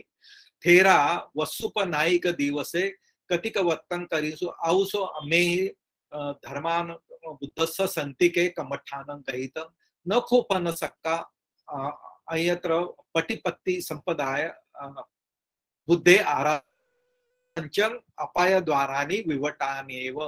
आता काय झालं, हे या गावाच्या बाहेर थांबले ना सगळे उपासक उपासिका त्यांची खूप सेवा करत होते. त्यामुळं ऍक्च्युली झालं काय की बुद्धांनी त्यांना कमठान दिलेलं आहे अरण्यात जाण्यासाठी. आणि तिथे ते कमठान वर ते मन केंद्रित करणार होते, ध्यान करणार होते. पण आता मधातच गावाकऱ्यांनी थांबवलं आणि तिथे ते तिथे ते ध्यानाला त्यांना डिस्टर्ब होत होता, कारण हे खूप जास्त सेवा करत होते आणि इंटरॅक्शन खूप जास्त होत होतं. म्हणून ते म्हणतात की आम्ही धम्मानं बुद्धस संतिके कमठानं गहिता. आम्ही बुद्धाकडे जाऊन कमठान घेतलं, न खोप न सक्का. पण इथे आहे ना आपलं काही ध्यान व्यवस्थित होत नाही आणि आम्हाकंच अपाय द्वाराने विवटावेव. म्हणजे काय की तुम्ही आपल्या समोर नरकाचं द्वार आहे ना, अपाय भूमीचं द्वार आहे ना ओपन आहे, म्हणजे उघड आहे. जर आम्ही असंच राहिलो आणि कमठानात प्रगती नाही केली तर आपल्याला अपाय भूमी आपला जन्म होणार आहे. तर आपण असं नाही करायला पाहिजे की एकत्र नेहमी राहून आपलं ध्यान नाही होणार. तस्मा अयत पातो भिक्काचार वेल है ना. म्हणजे जेव्हा भिक्खूचे जे काही कामं असतील, म्हणजे पिंडपात असेल किंवा उपदेश असेल, त्यावेळेस सायं थेरू पठाण वेलंच. संध्याकाळी जे तुमचं सिनियर मॉन्क असेल त्यांना वंदन करून त्यांचा उपदेश ऐकून याच वेळी या वेळा सोडून शेष काले म्हणजे इतर वेळेस द्वे एकठाने न भविसामा. आम्ही एकत्र येऊ नये, आम्ही एकटे राहू. द्वे किंवा 2 जण पण एकत्र राहू नये. फक्त सकाळी आणि संध्याकाळी आपण एकत्र येऊ. इतर वेळेस आपण आपल्या ठिकाणी जाऊन आपल्या पर्णकुटीत जाऊन आपण आपलं ध्यान करत राहू. यसंग अफासुकं भविष्यती. जर आपल्याला कोणाला म्हणजे ध्यान करताना काही जर अडचण आली, काही मदतीची आवश्यकता असेल तर तेना घंडिया पहटाय. तर त्यांनी बाहेर समोर त्यांनी बेल ठेवलेली असते, घंटा ठेवलेली असते. जर तुम्हाला काही अडचण आली असेल कोणा भिक्खूला आपल्यापैकी तर त्यांनी ही घंटा बडवायची किंवा वाजवायची आणि मग बाकी भिक्खू तिथे येतील आणि काय अडचण आहे ते अडचण दूर ऐकून ती दूर करतील आणि मग पुन्हा आपल्या झोपडीमध्ये जाऊन ध्यान करतील. असं त्यांनी व्यवस्था केली आणि आपापल्या कमठानाला लागले. ते पुढे म्हणजे त्यावेळेस कशी पद्धत होती, भिक्खू लोकांना कशी अडचणी यायच्या, कशी व्यवस्था करायची, त्यासाठी मी हे घेतलेले आहे. तेसु एवं कतिंगां कत्वा वेरंतेसु. आता नवीन नवीन स्टोरी ऍड झालेली आहे, नवीन व्यक्तीबद्दलची माहिती आलेली आहे. मी तुम्हाला सांगितलं ना की तो एक जो मंदभाग्य होता किंवा दुग्गत पुरीसो है ना, दळभद्री जी व्यक्ती होती त्याच्याबद्दल मी तुम्हाला सांगितलं होतं. तेसु एवकं कतिकं कत्वा विहरंतेसु एको दुग्गत पुरीसो. हा त्याला दुर्गत पुरुष नाव दिलेलं आहे. दुर्गत पुरुष, दुर्गतीला राहणारा पुरुष. धीतरंग उपनिसाय, धीतरंग म्हणजे मुलगी आणि उपनिसाय म्हणजे सहाऱ्याने, तिच्या भरोशावर, तिच्या मदतीवर, जिवंतो, तिच्यावर तो जीवन जगत होता मुलीच्या याच्यावर. तस्मिन ठाणे दुर्भिक्के उपन्ने. त्यावेळेस मुलीकडे राहत असताना तिथं दुर्भिक्ष म्हणजे दुष्काळ उत्पन्न झाला. तर तो बघा कसा स्वार्थी माणूस आहे. अपरंग धीतरंग उपनिसाय, आपल्या दुसऱ्या मुलीकडे मदत घेण्यासाठी जीवित कामो मग्गम पटिपती, म्हणजे या मुलीला सोडून तो दुसऱ्या मुलीकडे गेला, तिच्याकडे जाऊन राहील म्हणून. आणि तो दुर्गत पुरुष आहे, त्याची चित्ताची अवस्थाच एवढी म्हणजे वाईट आहे की तो विचार करत नाही की या मुलीचं काय होईल, काही स्वतःचाच विचार करतो, दुसऱ्याच्या भरोश्यावर राहतो आणि आता हिला सोडून दुसऱ्या मुलीकडे जातो. त्यावेळेसची सामाजिक, ही बुद्धकालीन घटना आहे, लक्षात ठेवा. त्यावेळेस आपल्याला सामाजिक परिस्थिती कशी होती है ना, कुटुंब व्यवस्था कशी होती, मुलीच्या भरोश्यावर जगणारे पण असे काही लोक होते. म्हणजे हे एक उदाहरण आहे, हे आपल्याला याच्यातून संदर्भ मिळतो. थेरापी गामे पिंडाया चरित्वा. तर हा जो दुर्गत पुरुष जो आहे तो या मुलीला सोडून दुसऱ्या मुलीकडे जायला लागला, ठीक आहे. आणि तेव्हा आपले जे हे जे 30 जे भिक्खू होते, थेरापी गामे पिंडाया चरित्वा, 30 लोक त्या गावात थांबले होते ना आपले भिक्खू, ते पिंडपातासाठी गेले होते. त्यांना भोजन प्राप्त झाल्यावर वसन ठाणं आगच्छन्ता अंतरामध्ये, म्हणजे आपल्या पर्णकुटीकडे जायच्या आधी अंतरामध्ये म्हणजे रस्त्यात एक किस्सा नदी, एका नदीवर आंघोळ करून, नद्या न्हत्वा वालुक पुलीने निसिदित्वा, एका वाळूच्या ठिकाणी ढिगाऱ्यावर निसिदित्वा, तिथं बसले. भत्त किंचन करिसू, म्हणजे त्यांनी भोजनास सुरुवात केली. तस्मिखने, त्या क्षणी सोपुरिसो, सोपुरिसो म्हणजे कोणता, दुर्गत पुरिसो, जो आपल्या मुलीला सोडून दुसऱ्या मुलीकडे जाणार होता. तंग ठाणं पत्वा, त्यांच्या ठिकाणी पोहोचून एकमंतं 88, ते भोजन करत होते ना भिक्खू, त्याच्या जवळ जाऊन उभा राहिला. म्हणजे भिकारीच तो दुर्गत आहे, उभा राहिला. अथनं थेरा, त्यातला जो सिनियर मॉन्क होते, कहं गच्छसी ती पुच्छिसू, त्याला त्या माणसाला विचारलं की तू कुठे जाणार आहे, त्या भिक्खूंनी विचारलं. सो तमंथ आरोचेसी, त्यांना मग सर्व हकीकत त्यांना सांगितली. नेक्स्ट. थेरा तस्मै कारुण्यं उपादेत्वा, ते जे थेर आहे त्यांच्यात कारुण्य उत्पन्न झालं या व्यक्तीबद्दल. उपासक, ते म्हणतात उपासका, अतिवियं छातोसी गच्छ पन्न आहारं एकमेकं ते भत्तपिंडं दसामाती वत्वा तेनं पन्ने आहटे अत्तना अत्तना पुंजन नियामेनेव सूप व्यंजनेही सन्नहित्वा एकमेकं पिंडं अदंसु. मग त्याने काय सांगितलं, एक झाडाचं पान घेऊन ये आणि आमच्या सोबत भोजन कर. आणि मग त्यांनी ते आणलं आणि सगळ्यांना त्यांनी सांगितलं की आपलं भोजन याला थोडं थोडं द्या. मग सगळ्यांनी एक एक पिंड आहे ना, म्हणजे एक एक घास त्या व्यक्तीच्या पादावर दिला. देव कीरवतं यं भोजनं काले आगतस्स भत्तं ददमानेन भिक्खुना अग्गभतं अदत्वा अत्तना भुंजं नियामेनेव थोकं वा बहुं वा दातव्य तस्मा तेपी तथा अदंसु. हे वाक्याचा अर्थ असा आहे की यं भोजन काले आगतस्स, जर भोजनाच्या वेळी कोणी जर तुमच्या दारी आलं तर भत्तं ददमानेनं, त्याला भोजन द्यायला पाहिजे. ही त्यावेळीची परंपरा होती, आजही आहे. पण हे खूप महत्वाचं वाक्य आहे म्हणून मी तिथे ठेवलेलं आहे. ते भिक्खुना अग्गभतं अदत्वा, अत्तना म्हणजे म्हणून म्हणजे त्यांनी सांगितलेलं आहे की जर कोणी आपल्या भोजन काळी आपल्या समोर आलं तर त्याला भोजन द्यायला पाहिजे, थोकं वा बहुत वा, म्हणजे थोडं किंवा जास्त तुम्हाला जे योग्य वाटेल ते भोजन तातबन द्यायला पाहिजे. तस्मा तेपी तथा अदंसू, त्या परंपरेप्रमाणेच या भिक्खूंनी त्याला भोजन दिलं. सो कथबत्त किच्योते रे वंदित्वा पुच्छी, की म्हणते अया केनची निमंत्रिता ती नथी उपासक निमंत्रण. तर ते भोजन खूप उत्कृष्ट होतं म्हणून याने विचारलं की तुम्हाला आज काही विशेष निमंत्रण होतं का? तर ते म्हणतात मनुसा देवसीकं एव रूपमेव आहारं देते ती. त्या भिक्खूंनी विचारांनी सांगितलं की आम्हाला असंच भोजन मिळतंय प्रत्येक वेळेस. मग सो चिंतेसी, म्हणजे तो दुर्भाग्य व्यक्ती जे आहे ते म्हणतात की मयं नित्यकाल उठायं समुत्थाय कम्मं करून तापी एव रूपं आहारं लब्धुं न शक्नुम. मला मी दिवस रात्र एवढी मेहनत करतो, एवढी सेवा करतो, तरी मला असं भोजन मिळत नाही. की मी अयथं गतेनं, मी दुसरीकडे का जाऊ? म्हणजे तो त्याच्या मुलीकडे जे जाणार होता ना तो मी तिच्याकडे का जाऊ? इमेसं संतिक एवं जीविसामी, मी या भिक्खू सोबतच राहून मी माझं जीवन यापन करेल. नेक्स्ट.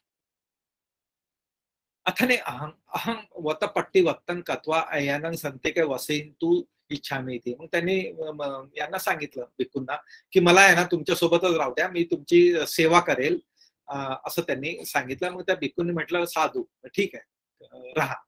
मग करंद भिक्खू अतिवीय आराधयित्वा द्वे मास अच्छयेन धीतरं दट्टू कामो हुत्वा. आता त्याला काय झालं बघा, इथं पण त्याला पोटभर जेवण मिळत होतं, मुकाट्याने खायचं ते सोडून त्याला त्याच्या मुलीची आठवण आली. आता 2 महिन्यानंतर त्या मुलीची आठवण आली आणि तो काय म्हणतो, तो काय विचार करतो, सचे म्हणजे इफ, जर मी या भिक्खूंना विचारलं आपुची सामी न मग विसज्जी संती, जर मी या भिक्खूंना सांगितलं की माझ्या मुलीची आठवण आलेली आहे तर मला जायचं आहे, तर हे मला जाऊ देणार नाही. अनापुच्छा गमी स्वामी, तो त्या भिक्खूंना न सांगताच निघून गेला. ठीक आहे. आणि ती फार मोठी घोडचूक केली असं त्यात वाक्य आलेलं आहे. तर हा नंतर जेव्हा वनामध्ये गेला, म्हणजे त्याच्या मुलीकडे जायचं होतं त्याला, तर मधात वन लागलं होतं. आणि मी तुम्हाला सांगितलं होतं की ते दरोडेखोरांचं तिथे थांबलेच होते, ते वाटच बघत होते कोणाची तरी. तसं पण गमन मध्ये एक अटवी अथी, अटवी म्हणजे फॉरेस्ट वन अथी, तथ पंचशतानं चोरानं, म्हणजे 500 चोरानं तिथे यो इमंग अटवी पविसती, या वनामध्ये जो प्रवेश करेल तंग मारेत्वा, त्याला मारून, तस्स म्हणजे त्याचे मंस लोहितेनं तुमंग बलिकम्मंग करी सामाती देवतानं आयाचनं कत्वा. तर त्यांनी या वनामध्ये जो प्रवेश करेल त्याला मारून त्याचं मांस आणि रक्त तुला आम्ही त्याने बळीकर्म करू, आम्ही तुला ते त्याचा बळी देऊ. ती त्या देवताला त्यांनी विनंती केली आणि नवस केला. आणि सप्तमो हे नवस करून 7 दिवस झाले होते. आणि 7व्या दिवशी तस्मा सप्तमे दिवसे चोर जेठको रुखं आरुयं ओलोकेंत्वा. बघा, म्हणजे चोर आहे ना, एका वृक्षावर चढून बघतच होता की कोण येते का, कोण जातं का. तसंही त्यांना सवयच असेल, कोणाला लुटायचं असेल तर हे सगळे कुठून लपून कुठून कोण येते ते बघतच असतील. आता इथं तर त्यांना बळी चढवण्यासाठीच ते शोधत होते. आणि तंग आगच्छंत दिसवा, म्हणजे हा दळभद्री व्यक्ती दिसला त्याला. आणि त्यांनी मग इतर चोरांना आहे ना संयम अदासी, त्यांनी इशारा केला की असे एक व्यक्ती येत आहे. नेक्स्ट. ते तसं अटवी मध्यान पविट्ट भावं ज्ञात्वा परिक्षेपित्वा तं गणिता काळबंधन कत्वा अरणी सहितेन अग्गी निबतेत्वा दारुनी संखंदित्वा महंतं अग्गी खंदन कत्वा सुलानी तच्चिंसू. तर त्यांनी काय केलं की जंगलाच्या मध्यभागी त्याला आहे ना एका झाडाला बांधून काळा बंधन कत्वा, नाही ठीक आहे. आणि अरणी जे आहे ना, ज्यांना आपण अग्नी पेटवतो, अरण्यने अग्नी निबतेत्वा, अग्नी पेटवला त्यांनी. दारूनी संखडित्वा, म्हणजे दारू म्हणजे झाड आहे ना, लाकूड त्या अग्नीमध्ये टाकून तो अग्नी वाढवला. महत अग्नी खंदन कत्वा, मोठा अग्नी तयार केला आणि सुलाने तच्छिन सूळ आहे ना, त्यांनी म्हणजे सूळ तूप बनवायला सुरुवात केली, सूळ तयार करायला घेतलं, कारण त्यांना ते तंदूर करायचं होतं, अग्नीत त्याचा बळी द्यायचा होता. आता गंमत अशी आहे, सो मरण भय तज्जितो, त्याला तर बांधून ठेवलेला आहे, समोर अग्नी केलेला आहे आणि सगळे धारदार हे करत आहे. तर तो त्यांना विचारतो, भिक्खूनं तं उपकारण अचिंतेत्वा. हे फार महत्वाचं वाक्य इथं आलेलं आहे. सो मरण भय तज्जितो, म्हणजे तो मरणाच्या भयाने, भिक्खूनं तं उपकारण अचिंतेत्वा, त्या भिक्खूंनी, तीच भिक्खूंनी त्याला जे उपकार केले, त्याला 2 महिने त्याला भोजन दिलं, त्याचे उपकार न जाणून केवलं अत्तनं जीवितं खेळून रखमान, स्वतःच्या जीवाचं पर्वा करून सामी अहं विघा साधो उच्छिष्ट भत्ता भुंजितो वट्टितो. मी आहे ना विघा साधो, मी दळभद्री आहे, मंद भाग्य आहे, मी उच्छिष्ट भत्त, मी आहे ना उष्ट, दुसऱ्याने टाकलेलं भोजन करतो आणि अशी माझी वाढ झालेली आहे, असं मी जीवन यापन केलेलं आहे. विखा साधो नाम काळकन्यको, हा काळकन्या आहे ना, दळभद्री जो शब्द आहे ना, तर काळकर्णी असा शब्द आहे पालीमध्ये. अय्यापन यतो यतो निखमित्वा पबजितापी खती यावं असुकम्नी ठाणे एकतीस भिक्खू वसंती, ते मारेत्वा बलिकम्मं करोत अतिवियं तो वो देवता तुस्सी तंसी. म्हणजे थोडक्यात ते असे सांगतात की मी तर दळभद्री माणूस आहे, मला माझं बळी देऊन काय मिळणार आहे, त्यापेक्षा तिकडे 30 भिक्खू राहतात क्षत्रिय, त्यांना तुम्ही बळी दिला तर तुमची देवता पण प्रसन्न होईल. तन सुतवा चोरा भद्दकं एस वदेते, तर चोर म्हणे हो हे तर आयडिया चांगली आहे, छान आहे. मग ते त्याला घेऊन आहे ना, मी आता इथून स्किप करतो, ते त्या भिक्खूकडे जातात. नेक्स्ट, हा दळभद्री माणूस त्या 500 चोरांना घेऊन त्या 30 भिक्खू जिथे असतात तिथे घेऊन जातात. नेक्स्ट, संघ थेर चोरे आला कोणता, म्हणजे त्यांनी घंटा बडवली त्या चोराने, मग ते सगळे बाहेर आले. मग संघ थेरो, त्यामधले सगळ्यात जे वरिष्ठ भिक्खू जे होते, चोरे ओळखेत, त्यांना बघून विचारलं, उपासका तुम्ही का म्हणजे बेल वाजवली, तर ते म्हणतात की या कारणामुळे आम्ही बेल वाजवलेली आहे, आम्हाला बळी पाहिजे, आमचं अटवी देवता आहे, आम्ही आमची जी जंगलातली जी देवता आहे त्यांना आम्ही एक बळी कर्म करण्याचं हवस केलेला आहे, तर आम्हाला तुमचा बळी पाहिजे. तर त्यातला जो ज्येष्ठ भिक्खू असतो तो म्हणतो की बनते ज्येष्ठ भातो किंचन नामक कनिठस बारो अहं गमिसामी. तुम्ही त्याच्या आधी ते म्हणतात की मी सिनियर आहे, माझं काम आहे माझ्या सगळ्या समूहाला सांभाळण्याचं, मी माझं बळी देतो. असं करता करता सगळे भिक्खू जे म्हणतात की आम्ही बळी देतो, तुम्ही नका जाऊ. नेक्स्ट, असं ते 30 भिक्खूवर एक टर्न येतो, सगळे म्हणतात की आम्ही हे करतात. तर इथे बुद्ध घोषानं खूप सुंदर वाक्य दिलेलं आहे, तेवढंच आपण बघू. इमिना उपायेन अहमेवा ती वात्वा पटिया पटिया तिसंपी जना उठ्ठईसू. तर मी जाईन असं करून सगळेजण भिक्खू आहे ना असे उभे राहिले की मी बळी जातो, तुम्ही नका जाऊ, असं करत तिसंपी जना उठ्ठईसू उभे राहिले. एवं ते न एवं, आता इथं खूप सुंदर वाक्य दिलेलं आहे, ते वाचून दाखवतो. न एवा एकिसा मातू या पुत्ता, म्हणजे ते 30 लोक जे आहे एका मातेचे पुत्र नव्हते.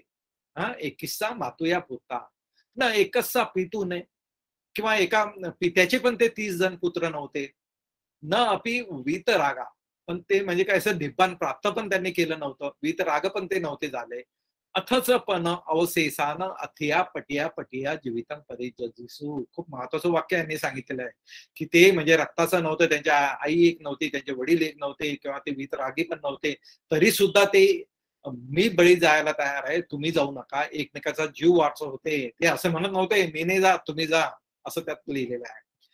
तर त्यावेळेस जे आपले संकीच श्रामणेर, जे 7 वर्षाचे श्रामणेर जे अरंत झालेले होते, ते तिथे बोलले, संकीच सामनेर थेर कथन सुतवा भन्ते तुम्ही तिठत.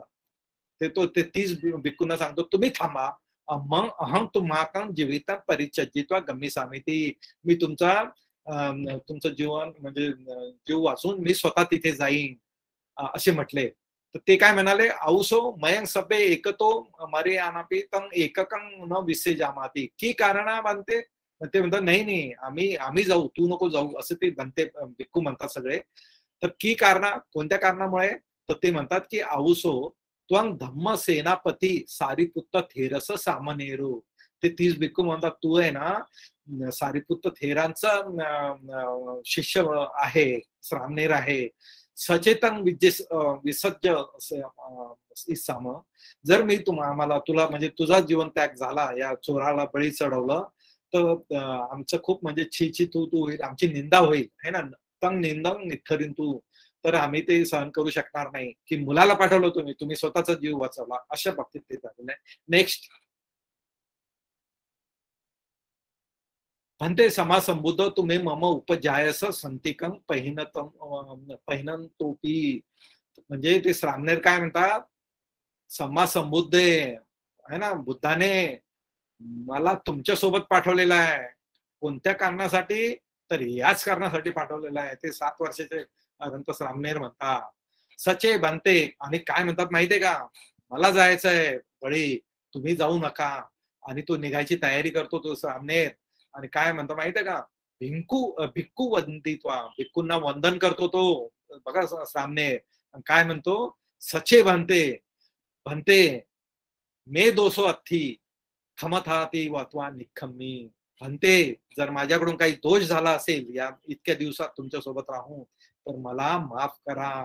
बघा किती म्हणजे भिक्खू परंपरा, एकमेकाला आदर देणं. अरंत भिक्खू आहे श्रामणेर, पण स्वतःला बळी चढवत आहे, सगळ्यांचा जीव वाचवत आहे, तरी सुद्धा ते आपले जे सिनियर माणूस आहे वयाने, त्यांना म्हणतोय क्षमा मी बनते, मला क्षमा करा जर माझ्याकडून काही चूक झाली असेल. तर खूप इमोशनल, खूप म्हणजे हृदयद्रावक वाक्य आहे. आणि तो सीन पण तुम्ही जर व्हिज्युअलाइज कराल तर बघा कशी म्हणजे बौद्ध परंपरा आहे किंवा बौद्ध संघाची परंपरा आहे. हे झालं, ठीक आहे. नंतर मग महाथेरो चोरे आह उपासका अयं दहरको तुम्ही, नंतर मी तुम्हाला जे सांगितलं की त्याने तलवारीचे म्हणजे त्याला तिकडे बांधलं, सगळी यज्ञाची तयारी केली, बळी चढवायची तयारी केली. आणि इथे त्यांनी इथल्या थेरांनी त्यांना सांगितलं होतं की या भिक्खू देखत काही करू नका, तो घाबरेल असं, तर त्याच्या पाठीमागे ते करा. तर पुढे काय होतं बघा. नेक्स्ट, ते म्हणतात की त्यावेळेस आहे ना, जेव्हा तो यज्ञाची तयारी, याला मारायची तयारी केली, सामनेरो निषिद मानो झानंग संपजित्वात्व निषिदी, तो सामनेर आहे ना त्याला बांधून नाही ठेवलं, कारण तो स्वतःहून बळी चढायला तयार होता, बांधायची गरजच नाही. तर ते आहे ना ध्यान करत बसले ते सामनेर. चोर जेठको असी परिवर्तेत्वा सामन थेरस खंदे पातेसी, आणि त्याने आहे ना त्याच्या खांद्यावर तलवार ठेवून जोराने प्रहार केला. पण ते प्रहार आहे ना, म्हणजे प्रहार तो त्याच्यावर लागला नाही, तो म्हणजे गवताच्या पानासारखे तो म्हणजे फोल्ड झाला आणि रिवाइंड झाला असा. तर पुनंतम उजिकांग कथवा पहरी, मग त्यांनी दुसरी पण तलवार काढून मारला, पण श्रामणेरला काही झालं नाही. He was under meditation. अशी तालपन्न वेठ मानो थरू मुलं अगमासी, तर त्यांनी काय सांगितलं, जी तलवार जी आहे अशी म्हणजे तलवार, तालपन्न म्हणजे ताल वृक्ष जो असतो त्याची जे पानं जे ते फोल्ड झाले ना, कसं म्हणजे तलवारीचं टोक आपल्या मुठीकडे, तलवारीच्या मुठीकडे असं वळत गेलं. थरू मुलंग अगमासी सामनेरे कस्मी काले, त्यांनी सांगितलं की जर त्यावेळेस सिनिरूप पर्वतही जर या श्रामणेर थेराच्या डोक्यावर पडला असता तरी त्यांना काही झालं नव्हतं, किंवा म्हणजे तो डीप मेडिटेशन मध्ये होता. नेक्स्ट,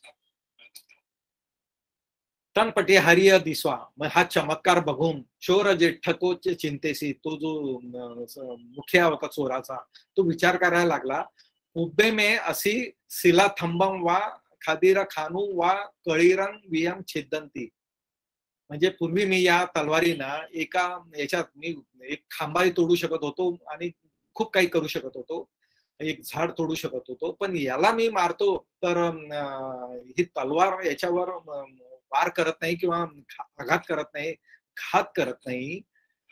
अशी अचेतना, म्हणजे अशी ही निर्जीव चेतना नसलेली असून सुद्धा तलवार, इमस्स गुणं जाणती, या सामनेराचे गुण जाणते ही तलवार.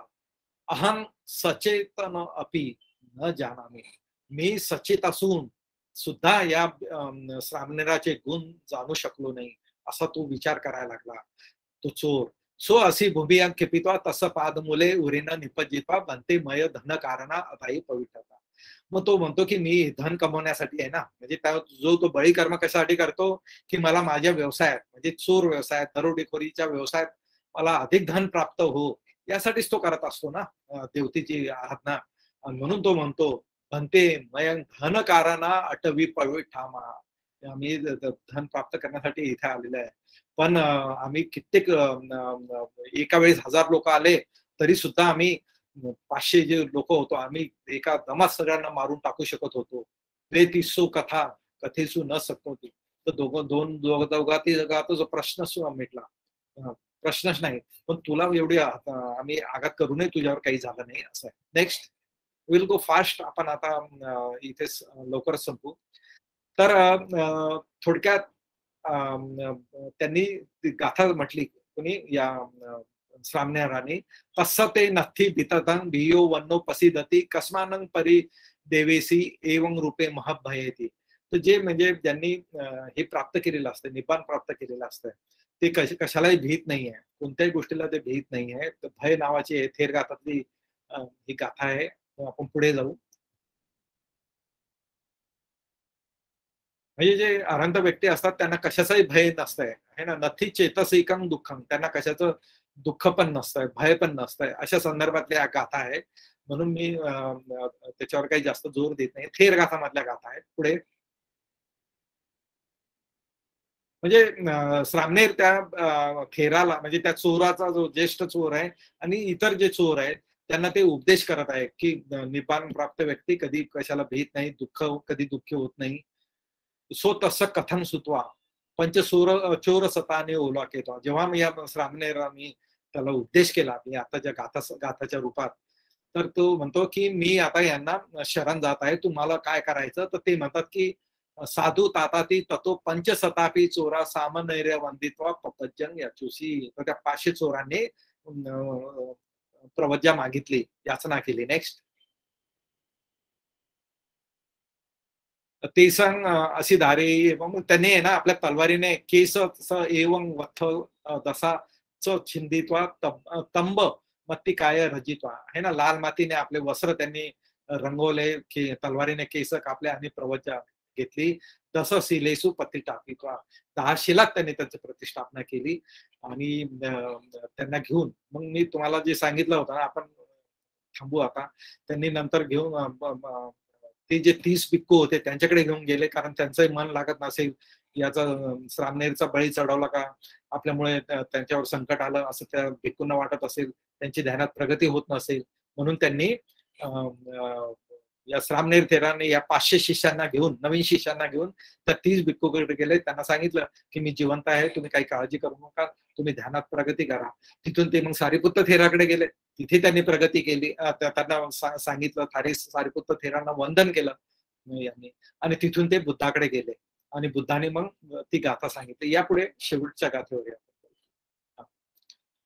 तर मग शास्त्राकडे जेव्हा गेले, एवं किर भिक्कवे ते पुच्छिता आम बनते ती उत्ते भिक्कवे तुमाकं चोर कमं कत्वा दुसिले पतिटाय वससत्तं जीवनतो इदानी सिले पतिटाय एक दिवस अमती जीवितं सेयोती वत्वा. म्हणजे तुम्ही 100 वर्ष दुःशिलानं राहिलं, त्याच्यापेक्षा एक दिवसही जर तुम्ही शिलवान म्हणून राहिले तरी तुम्हाला म्हणजे खूप जास्त फायदा होतो, असं त्या गाथेचा अर्थ आहे. योचो वत्स सतं जीवे तुसिलो असमाहितो एक अहं जीवितं सेयो शीलवंतस जायनोती. एक दिवसही सिलवान राहून तुम्हाला खूप चांगलं फळ मिळू शकते. ही गाथा सांगितल्यावर देशनावासेन पंचशतापी भिक्खू, ते 500 जे चोर भिक्खू सहं पटीसंबिदा ही अरहंत पापिनिसू. 500 ते चोर भिक्खू झाले, ते हंत झाले. इतकी मोठी कथा आहे याचा. इतकं एका गाथेमुळे 500 जे चोर भिक्खू ज्यांचं आयुष्य एकदम अकुशल गंमत गेलं ते हंत झाले. एवढी पॉवरफुल, एवढा दम या गाथेत आहे. फक्त आपल्याला अट्टकथा व्यवस्थित समजून, एक एक शब्द समजून, तो सीन आपल्यासमोर उभा करून काय झालं असेल, कसं झालं असेल, कशी त्यांची चित्ताची अवस्था असेल, ते व्हिज्युअलाइज करून ते दृश्य समोर उभं करून, ते चित्र समोर उभं करून जर तुम्ही हे अट्टकथा ऐकली, वाचली, गाथा समजली, तर नक्कीच आपल्याला त्याचं फळ प्राप्त होईल. नाही अरंतन नाही स्वतःपन्न, पण आपल्या चित्तामध्ये काहीतरी सुख, काहीतरी चांगलं पडेल आणि पडलं असेल, एवढं माझा विश्वास आहे. एवढं संपून मी इथेच थांबतो.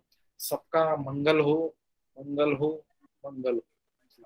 साधू साधू साधू साधू साधू साधू.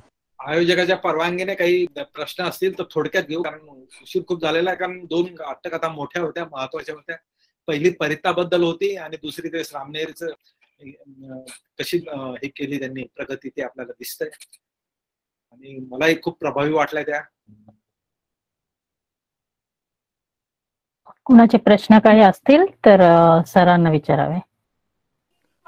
सर, ते त्या वनामध्ये तो जो सेवा करणारा व्यक्ती जातो नाही का, हो हो आणि त्याच्या मग ते बळी घेतात. हो हो. मग ते जे 30 भिक्खू असतात त्यांना कसं माहित होतं की त्याचे बळी घेतलाय म्हणून? काय म्हटलं ते जो दळभद्री जी व्यक्ती असते त्याचं हा. काय? ते जेव्हा वनात जातात हो, मग त्याची बळी घेतात ना ते. हा, त्याचा बळी देणार असतात, त्याला बांधून ठेवतात. पण तो त्यांना सांगतो की मी तर दळभद्री माणूस आहे, त्याच्यापेक्षा तिकडेचा भिक्खू आहे, क्षत्रिय आहे, त्यांचा बळी द्या, देवता जास्त प्रसन्न होईल. तर म्हणजे त्यावेळेसच्या परंपरा आपल्याला माहित आहे, म्हणजे बुद्धांनी त्या सगळ्यात तोडल्या, ते कसं निरर्थक आहे ते सांगितलं की यज्ञात जास्तीत जास्त बळी कसे द्यायचे है ना. त्यावेळेस चतुक सत अशा प्रकारचे यज्ञ व्हायचे. मग 4 बैल, 4 गाई, 4 कोंबड्या, 4 बकरे असे, म्हणजे चतुष्क म्हटलं की, आणि स्वतः म्हटलं की 100-100च्या पेअर मध्ये बळी द्यायचे. ज्याची जशी कॅपॅसिटी आहे तसं ते लोक बळी द्यायचे, आणि जास्त बळी दिलं म्हणजे जास्त धन प्रसन्न होतात, अशी भावना होती त्यावेळेस. आणि नंतर तर असं झालं की प्राणी मात्राचा बळी दिल्यापेक्षा मनुष्याचा बळी देणं अधिक फायदा होतो, असं ते सांगत होते. आणि त्याच्यात मनुष्याचा बळी द्यायचा असेल तर मग क्षत्रियाचा बळी, तर मग त्यावेळेस क्षत्रिय श्रेष्ठ होते समाजातले, समाज व्यवस्थेत, त्याचा बळी दिला तर मग तो श्रेष्ठ बळी झाला ना मनुष्यातही. म्हणून तो त्यांना सांगतो की क्षत्रिय आहे, त्याचा बळी दिला तर देवता प्रसन्न होईल. हे बॅकग्राऊंड आहे त्याच्या मागे. नाही, मग त्याला सोडतात का ते? मग हो, त्याला सोडतात ना. म्हणजे तो म्हणतो मग दाखव कुठे थांबलेले आहेत. मग ते तो घेऊन जातो त्यांना, जिथे भिक्खू थांबलेले आहेत ना ते सोडायला घेऊन जातो. आणि ते भिक्खू सगळे आपापल्या आपल्या म्हणजे झोपडीमध्ये ध्यान करत असतात, आणि त्यांनी बाहेर घंटा ठेवलेली असते ना, कोणाला संकट आलं तर घंटा वाजवा म्हणून. त्यावेळेस मग चोर येतो आणि घंटा वाजवतो, मग सगळे भिक्खू बाहेर येतात. तर हाच जो मंद भाग्य आहे, त्यांनी त्याचे उपकार आहे ना, भिक्खूंनी जे उपकार केले तो न जाणून, मरण भय तज्जिता शब्द वापरला त्यांनी, आणि भिक्खूंचे उपकार न जाणून त्यांनी त्यांचा बळी देण्याचं ठरवलं, स्वतःचा जीव वाचवणं. आणि मग ते भिक्खू त्या चोरांना म्हणतात का तुम्ही अरण्यामध्ये जा, आम्ही येऊ, असं काही म्हणतात का? नाही, तर ते भिक्खू जे त्यातला जो ज्येष्ठ भिक्खू जे असतात ना, वरिष्ठ, तर ते म्हणतात की बळीच पाहिजे तर मी माझा बळी देतो, बाकीच्या राहू द्या. तर असं करत करत एक एक एक एक आहे ना, ते दुसरे म्हणतात नाही तुम्ही नका जाऊ, मी जातो. असं करत करत तिसरे भिक्खू मी जातो असं करतो. तर ते सगळ्यांचा टर्न संपल्यावर आपले जे श्रामनेर भिक्खू आहे ते म्हणतात की मी जाणार आहे. तर ते म्हणतात नाही तुम्ही नका जाऊ, नाही तर सारीपुत्र ते म्हणतील लहान मुलाला बळी चढवला तुम्ही स्वतःचा. हो, ते तिथपर्यंत आलं. मग ते झालं. मग चलो, साधुवाद सर, थँक्यू. साधू सर.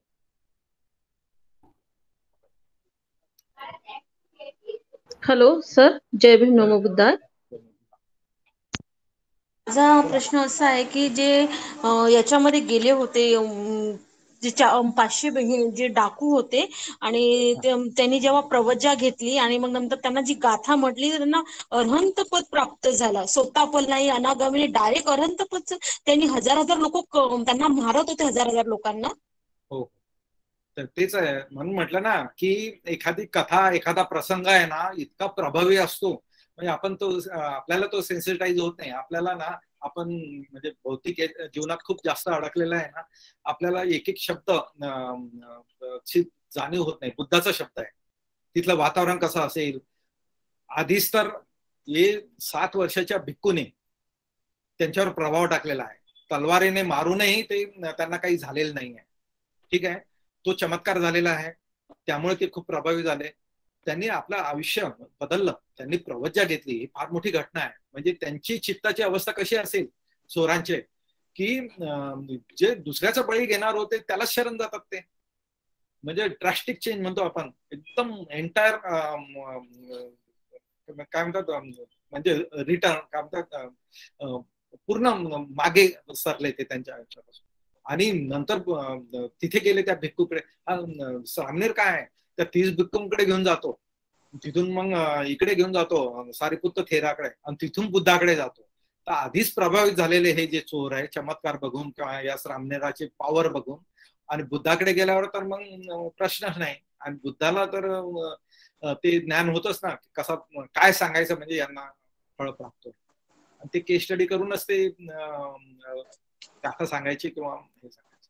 तर त्यांना जे पश्चाताप होत असेल की आम्ही तर खूप दुःशील जगलो, खूप वाईट आम्ही जगलो, तेव्हा बुद्ध त्यांच्यावर उतारा सांगतात ना की 100 वर्ष तुम्ही दुःशीलाने जगलय, त्याच्यापेक्षा एक दिवस जर तुम्ही शीलाने जगले तर तो दिवस जास्त महत्वाचा असतो, तो एक दिवस अत्यंत महत्वाचा असतो.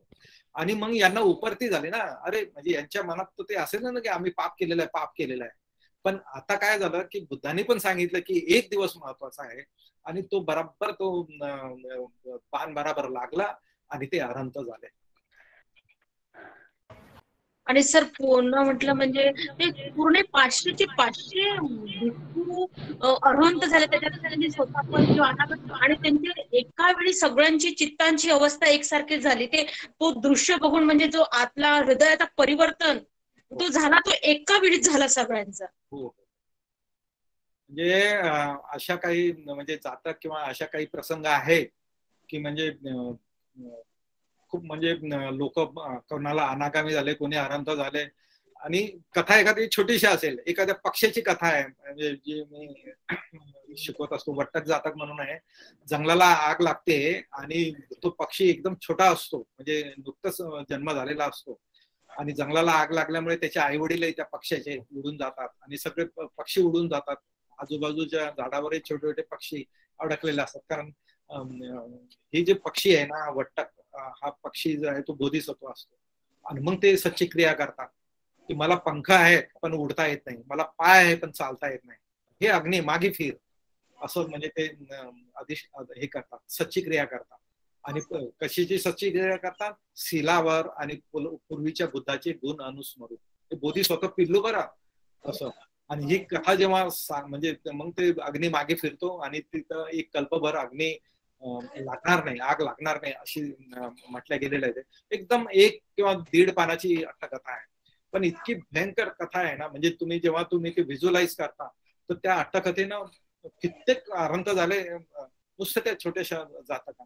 म्हणून प्रसंग काय आहे त्यात तुम्हाला शिरायचं आहे, त्या भूमिकेत कसं झालं असेल, तुम्ही त्यातले आहात एक, आणि तुम्ही तुमच्या आजूबाजूला असं घडलेलं आहे, तर त्याचा सुत्ताचा गाथेचा अट्टकथेचा परिणाम होतो. सर मला एक थोडं विचारायचं होतं. सर ते जे 7 वर्षाचे जे भिक्खू होते ना, तर त्यांचा जेव्हा जन्म होतो तर ताई तर मरण पावलेली असते, तर तिचं प्रेत जळत असताना ते प्रेत वर खाली करताना त्या बाळाला लागतो आणि ते त्याचा डोळा जखम होतो डोळ्याला. तर सर हे थोडं म्हणजे, कारण काय त्याला अग्नी तर त्या बाळाला जाळू शकत नाही, पण तो जखमी कसा काय होतो, तर हे मला थोडं हे वाटतं. हो, त्याचे कम्म असतील, त्याचे पण कम्म असतील काही, त्याच्यावर चर्चा झालेली आहे. हो, कारण म्हटलं अग्नी त्याला जाळू शकत नाही. बघा, आपण आहे ना, आपण एकदम सामान्य दृष्टिकोनातून बघतो. आगीचा धर्म आहे जाळणे, है की नाही. तर असं कसं शक्य आहे की आई जळते आणि बाळ जळत नाही, है की नाही. विचित्र वाटतं आणि विश्वास वाटत नाहीये, है की नाही. मान्य आहे. हा पण ते त्याला ते काठी काठी जखमी करते म्हणून म्हटलं ते. त्याचे काही कामं असतील म्हणून झालं असेल. ठीक आहे sir, thank you sir. Okay okay.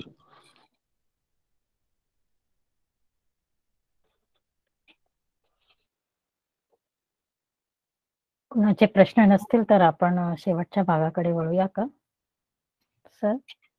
हो, धन्यवाद. धन्यवाद सर, खूप सुंदररित्या दोन्ही गाथांचा तुम्ही प्रकाश टाकला. 50वा या समूहावर 50व लेक्चर देताना मला खूप मन भरून येत आहे की आपण एक प्रयोग केला आणि 50 लेक्चर झाले. ही फार मोठी अचिव्हमेंट आहे.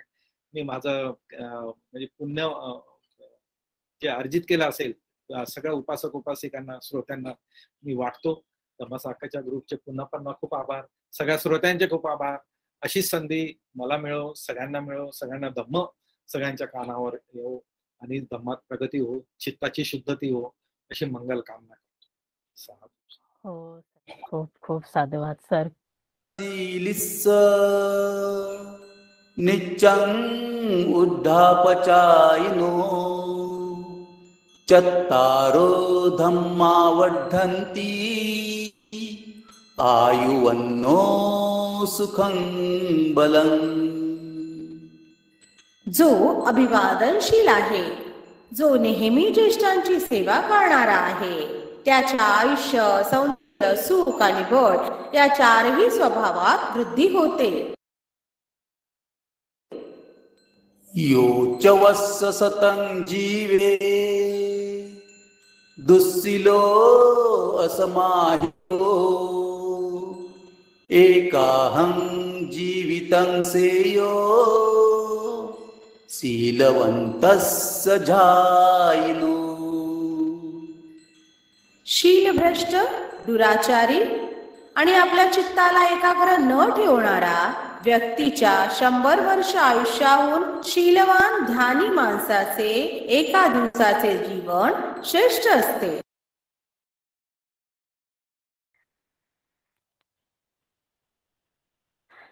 आता कार्यक्रमाच्या शेवटच्या भागाकडे वळता वळता आपण सर्वांना धन्यवाद देऊया. आपले सर्व उपासक उपासिका यांना जे नेहमी या कार्यक्रमाला हजर असतात. आजच्या या कार्यक्रमाची समाप्ती मी धम्मपालन गाथेने करावी ही विनंती करते आणि आराध्या तू असशील तर आपण आज धम्मपालन गाथा घेऊया. ओके. सब पाप सकरणं कुशलस्य उपसंपदा सचित्त परियोधपनं एतं बुद्धानुशासनं धम्मं चरे सुचरितं नतं दुचरितं चरे धम्मचारी सुखं सेति अस्मिन् लोके परं हि च न तावता धम्मधरो यावता बहुभासति यो च पंपि सुत्वानं धम्मं कायेन पश्यति सवे धम्मधरो होति यो धम्मं न पमज्जति. नथि मे शरणं गय्यं बुद्धो मे शरणं वरं एतेन सच्चवचेन होतु मे जयमङ्गलं. नथि मे शरणं गय्यं धम्मो मे शरणं वरं एतेन सच्चवचेन होतु मे जयमङ्गलं. नथि मे शरणं गय्यं संघो मे शरणं वरं एतेन सच्चवचेन होतु मे जयमङ्गलं. नमो बुद्धाय, नमो धम्माय, नमो संघाय. साधु साधु साधु.